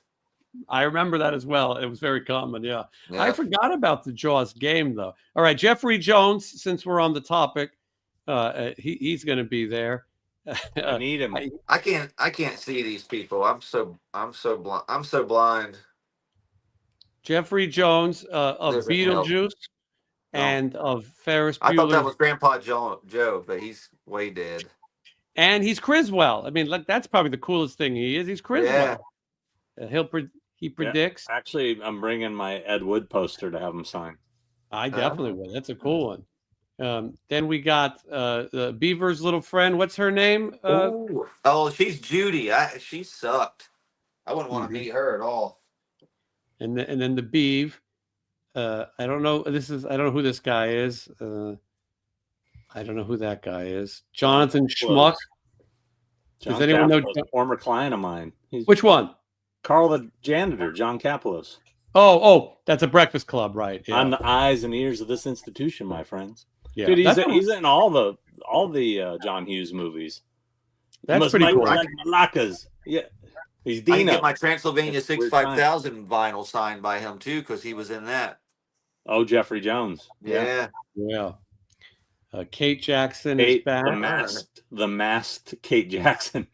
Yes, I think she'll be masked again. Oh shit! They just added the teacher from Days of Confused. No way. Yeah, look at this. A lot of Days. There's a little bit of a Dazed and Confused reunion. Yeah, that's rad. Christine DeBelle. She's hard to explain, but she was in an adult version of Alice in Wonderland. Christy Don't McNichol. Get me started on Christy. A lot of history. That's a good Sean video too. Little Darlings. There's a lot of Christery, if you will. Yeah, I always wonder, like, when I make these videos, like, what are the odds that, like, she saw it? You know what I mean? I think this too. Yeah. Have you had anyone tell you they have? Yeah. I mean, I remember I had Sam Raimi tell me he watched my Carrie location video. I thought that was awesome.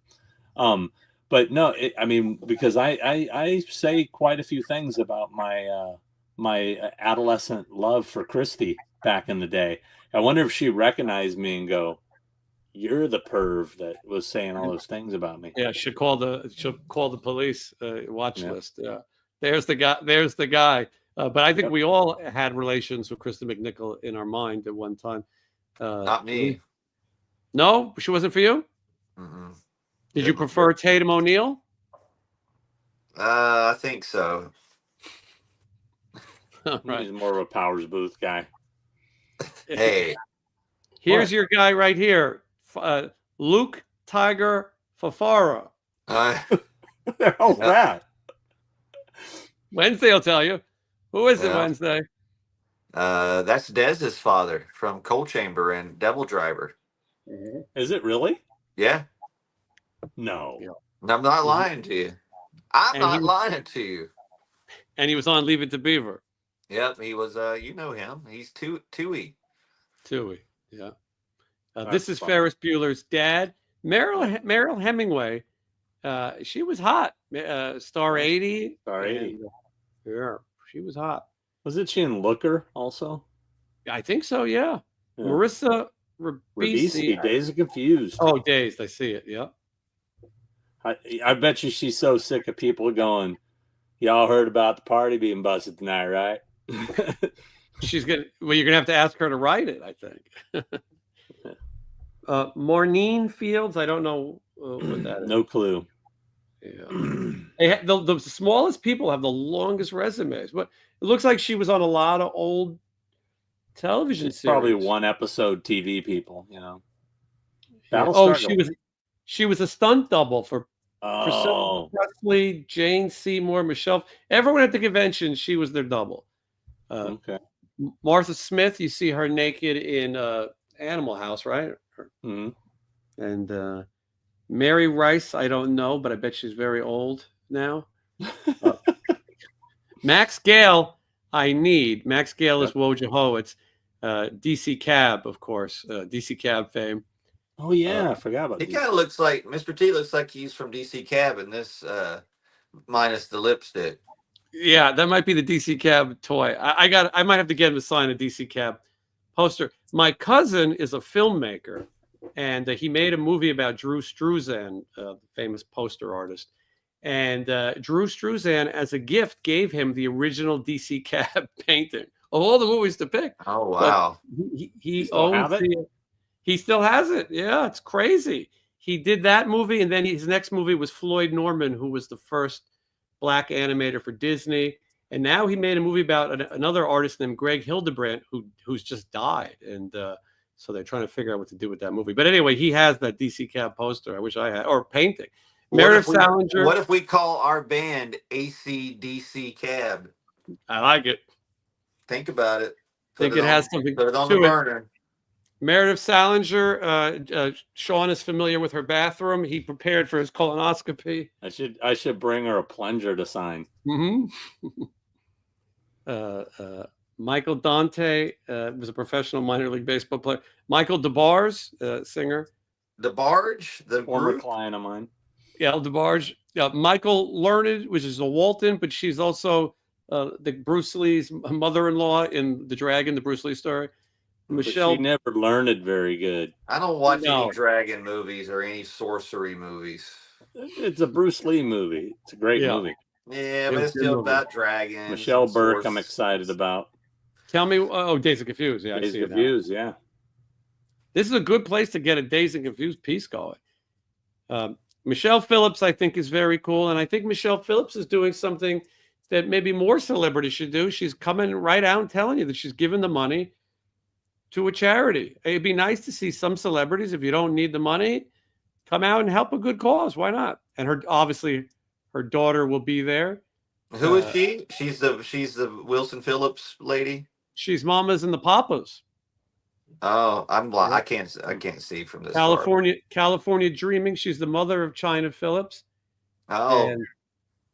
And Mackenzie Aston is not going to be there because allegedly John Phillips and her had relations. Mimi Rogers has got a great rack. There's some movie that used to come on Showtime every night when I was a kid, and she was always oiling up her rack. I think it was called the masseuse or something. But if you guys are fans of large racks, I mean, a big, giant rack, Mimi Rogers is for you. In North Carolina, when I was growing up, it was very popular if you had a pickup truck to have a gun rack in the back window. To put your rifles, people could see your rifles, and then you would have your girls sit really close to you. But that's the kind of racks Sean, who is this old person right here? This looks like something you would know. No idea. Nothing. I would thought it was like some old horror movie. This is Paul Carafotes at Knots Landing. There's a Knots Landing reunion. Paul Stout, Peggy McIntaggart. I mean, some of these credits are getting ridiculous. Peter Macon, he looks terrible. Looks like Freddy Krueger from right here. Priscilla Presley, that's a good one. Dick Blade, Richard Blade, he's a DJ. I listened to him on first.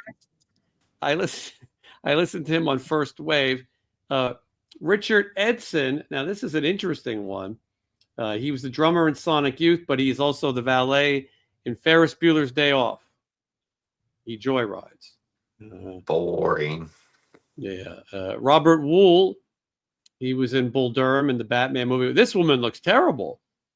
Sandra Lee Gimple. That's a name, Sean, that we've seen at conventions for 75 years, right? I can't even tell if that's a real person right here. That looks like a monster. About Sandy Taylor, Sandy Korn. She's former Sandy Korn. Yeah. Final West Coast appearance. Yeah, I wonder what that's about. I used to be good friends with her. I'll find out what the skinny is on that. Somebody told me that she married like someone very, very, very, very wealthy. I don't know if that's the reason, but and then Sean Kennedy, Shelley Michelle, Sherilyn Fenn. Sherilyn Fenn was pretty hot. Am I the only one who thinks that? Also a former client of mine. Oh, gotcha. No, that explains your silence. Simon Wright, who I'm bringing in, AC/DC, Dio, Stacy Q, who's been on the show, and then are you bringing her? I'm not. No, but it'd be nice to see her. She's a cool chick. And then Stephen Piercy, of course, I'm bringing, and then Stephen Talbot. This was a character I remember from Leave It to Beaver. What's his name? Yeah, he's Gilbert. Gilbert. Yeah, I remember him the most. Yeah, he was pretty much next to Larry Mondello. He was Beaver's best buddy. He's the one I believe talked him into that big coffee cup he got stuck in. Coffee cup. He got in the big coffee sign billboard. Yeah, I remember that. Then next is Jesus. If you guys are in the resale market, Jesus autographs sell really good at Christmas. Not that I know, but check my eBay. Tony Basil. Tony Basil is much older than you think. She's like 80-something years old. Hey, she's in Rockula. She is? Right? I don't even know what that is. Isn't she like Dean Cameron's like mom in that Rockula movie where he's like the vampire guy or whatever? Yeah, I'm showing her credits. She got a lot of credits. Jeez, look at this list. Tony Basil's got, it said Schoolhouse Rock, a Slaughterhouse Rock. I apologize. I never, okay, then Tanya Chrome in her first appearance. It looks like a lot of soap opera things. I hate soap. Veronica Cartwright, sister of Angela Cartwright. Walter Koenig. That's the father of Boner Wednesday. That's Boner's father, Sula? Boner's dead. That's a Boner. Yeah, he went off missing like that Warlock guy. Mm-hmm. But that's his dad. They found him hooked up to a tree or something. Wendy Wilson of Carney Wilson.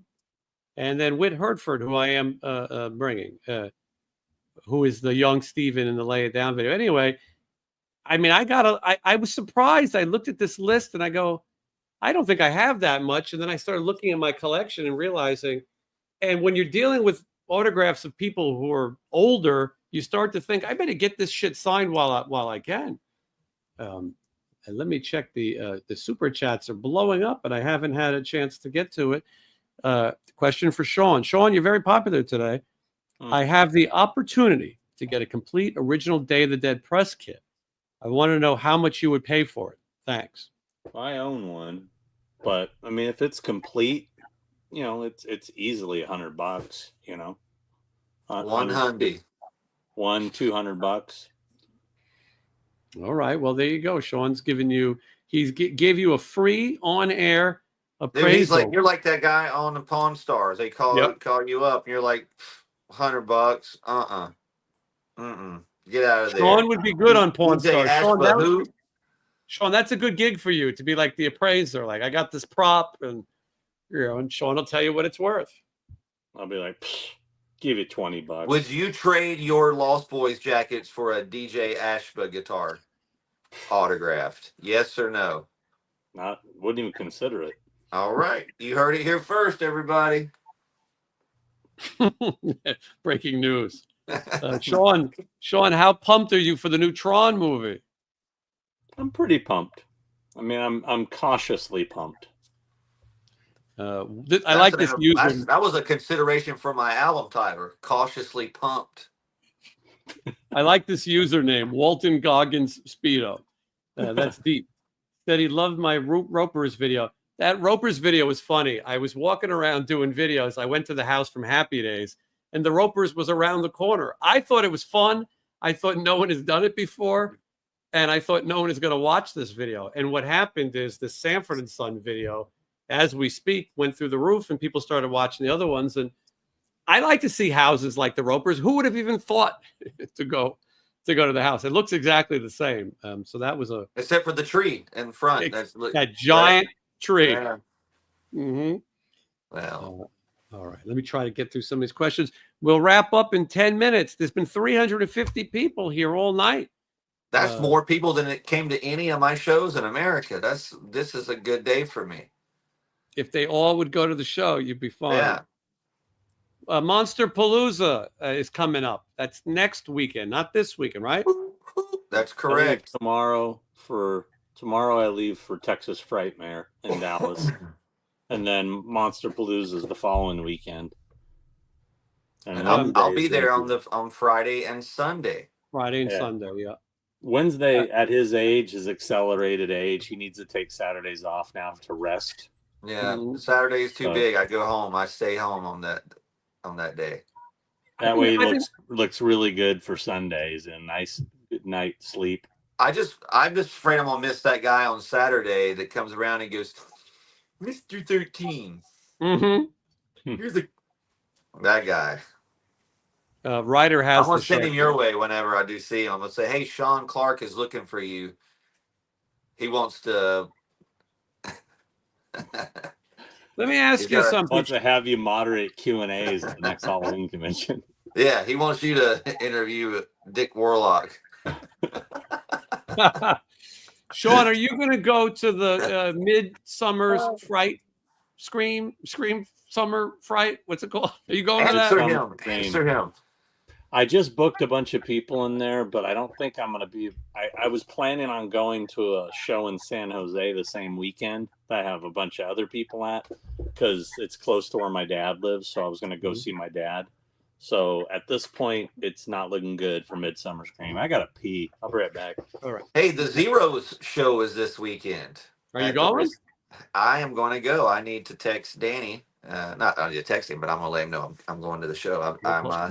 I need to go see that. What the hell's going on here? I found my Zero CD. I still got my original copy, and I never got it autographed. Nice. It's a bummer though, because I don't think Joe Normal is playing guitar with him. But I bet he'll be there, which will be odd that he's not playing. But maybe he will play. I don't fucking know. Well, Wednesday there are so many people here tonight. And so many questions, it's really hard to get to them all. I mean, I appreciate it. And Tony Basil is 81. Thank you. So it was confirmed. She was the mom on Rockula with Dean Cameron. I got to look that up. Yeah, she's yeah. That's not a great movie. I usually like Dean Cameron in most everything he's in. This is Angie. She says, been hanging out with you guys for a year. Also impressed by the movie and TV show Trivial. No, it's funny is because we all have a different specialty. You know what I mean? Like, no, it's crazy. Together we could tear up some trivia together with our combined knowledge. I know all the people's names of Rock's Gang and Leave It to Beaver, and you guys come in and chime in with the rest. I will tell you that the reason I brought up Midsummer's Night Scream Scare Fest, Midsummer Scream, that one is that the one John Carpenter is going to be there, and I got to spend the $10,000 to have him sign some stuff. But I also, and I don't even know if I'm home. I could be on the road. But I went to that show before, and I saw some influencers, much like us, and they were mobbed. They were taking selfies, and people were so excited. And then I said to myself, the three of us should do one of those type of appearances, because I think we're more interesting than these other people. I don't want to say who, but I'll give you a hint. It's something around here. But I'm shocked, and I feel like the public would love to see us in the flesh, but I don't think that's going to be the place. I love flesh, and I love public flesh. So let's do it. Were any of you fans of the show Greatest American Hero? 100% for me. Of course. Sure. Loved it. Loved it. I wanted to change my name to that guy. Was his name Maxwell? When I was a little kid, I was like, I wanted to change my name to Maxwell. I don't know why. When I was like 5, 6. Bill Maxwell, Robert Culp. I had him sign my, and then William Catt, a horror movie legend. Mm-hmm. Carrie, fucking House, Big Wednesday. Mm-hmm. Yeah, I know. I love Greatest American. I was looking at some Greatest American Hero action figures that they made. What? They're not very good. They made like Bill Maxwell's van or car. Really? You'll have to look it up. But I didn't really like it. What, like a little Hot Wheels set? You'll have to look it up. If you all do a convention together, can you please consider Michigan? Well, Sean has to go to conventions. Appearances is the last thing. He's got to be there to work, and Wednesday does too. I'm just there to freeload. Let's see here. A social media influencer. Well, I mean, we're all going to be at Hollywood show, right? That is true. Should I tell Eckleby we need a table? Let's do it. That way we got a place to put our bags and make fun of people and make fun of ourselves. Well, Stephen and Whit are only there on Saturday, so maybe we can mingle. I'll work on it. Yeah, believe it or not, I'm walking on air. And all right, well, we're down to the 4-minute mark. So if you got a question, this is the time. Well, the three of you need to come to Washington. No. No. I'm not coming anywhere. I'm never coming again. Calgon, take me away. August 30th, I'll be in Anaheim. Hopefully you guys can be in Anaheim too. Stephen Piercy, Warren DeMartini. When is this? August 30th at the Grove in Anaheim. Okay, I'll go to it. Yeah. And hopefully, Sean, hopefully you're home. Yeah. I'll be there. Stream live from the Hollywood show. Yeah, we could probably do that. I think that's a fun idea too, doing the show from different locations. As I said, the conventions are hard sometimes because Sean is working. We'll do it from the Denny's across the street. Yes. When we get the phone call that someone knocked over your items. I ain't bringing anything to display. Mm-hmm. What if the Denny's robot knocked over your witchy poo? Mm-hmm. I could bring over. I could bring Randall Pink Floyd's screen used belt buckle. That's pretty cool. You've got a little bit of everything. Who represents the Short Circuit Johnny 5 robot? Because I want to meet him. He'd be a good guest. Thanks always, Jason. Wednesday 13, of course, Sean. Jason, when is your next location video? Well, Sean has a video out right now from the Blair Witch Project that you could check out. Is there something planned next, or would let that one sit for a minute?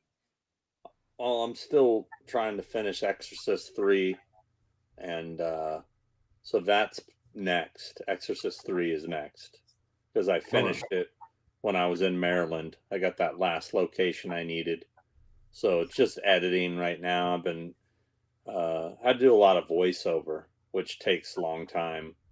So, all right. Well, you check it out. Malfunction. It's right on the screen. Sean Clark on YouTube, and then I got TV videos all day. I mean, we'll see what they watch. But right now, I'm tired for some reason. Whoa, your pager's going off. You're being paged. This thing that's in my arm, I pulled it out by accident when I was changing my shirt, and so it's trying to remind me to do that. Wednesday 13's got a record. I just happen to have it here. There it is. It's called Mid-Death Crisis, and you can buy it. And I got mine. You get yours. And official Wednesday13.com. If you're watching international, he's coming to you. He's coming. He's coming to get you. We have like 50 some dates left the rest of this year in Europe, and then we're back to the U.S. first of the year. I've said too much. Oh, you did too much, and a lot of people saying they love Johnny 5. I don't think they're talking about the Kiss Museum. I think they're talking They're about talking about the robot. Yeah. He's a good robot. Let's meet him. Let's get Robot Fest, RoboCop, Johnny 5, Ed 209, the robot from Code of Silence with Chuck Norris. I can keep Killbots going. from Chopping Mall. Yes. Killbots. Before we go, RoboFest. Sean, I have a Fast Times autograph question for you. Okay. So there's not many people from Fast Times you can get on a poster, and I was going to obviously get Yeah, there are lots of people. well, but I mean that are on the circuit, so to speak. Okay. So Robert Romanus is obvious. By the way, 130,000 views on that so far. Thank you, Sean, for the introduction. But he's obvious. Then Amanda Wyss, right? Is that her name? Mhm. That's Judge Reinhold's girlfriend, right? Yep. And so I'm doing this Piercy show where they're having a Better Off Dead reunion. And she's going to be there. What? Yes. What? Yeah. I love this It's in movie. Mexico. It's in Mexico. But I'm going to go to Mexico for the first time because of on the this. sand. 80s. yeah, on the sand. 80s on the sand. Yeah, I've booked people there a few times. It seems like a great event. Frankie Goes to Hollywood. That's what I'm excited for. But do you put Kelly Maroney on a poster? Yeah, Kelly and Amanda are both on my Fast Times poster. And then maybe Judge. That's what I was looking for. Do you add Amanda or Kelly? I mean, is Kelly a big enough part? Yeah. Sean's the expert. If you Yes. say so, then I'm going to do it. Is Judge Reinhold there? Did you say he's there? Well, he does conventions occasionally. So I mean, That's cool. the rest of those people.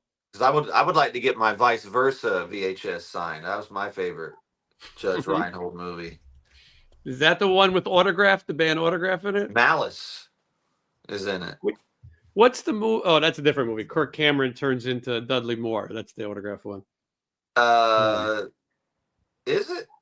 No, Vice Versa and well, the band Malice is in Vice Versa because that's who signs the autograph to Fred Savage. It says "Party till you puke." Love Malice. Right. What's the movie where Kirk Cameron turns into Dudley Moore? Oh, that's Like Father, Like Son. Another excellent movie. That's the one with the band Autograph in it. Yeah. They're in there? Okay. I just know that in the climax in that scene, Kirk Cameron punches out the bully and Wild Side starts with the whammy. And he punches him out and you're like, oh, the theater went wild on this Friday. I'm telling you guys, I was there. Opening day, Like Father, Like Son. This is you get deep conversation. All right, check out Sean Clark on YouTube. Check out Official Wednesday 13. I'm here if you need me, and it's been a great conversation, and we'll do it again. Thank you, everyone.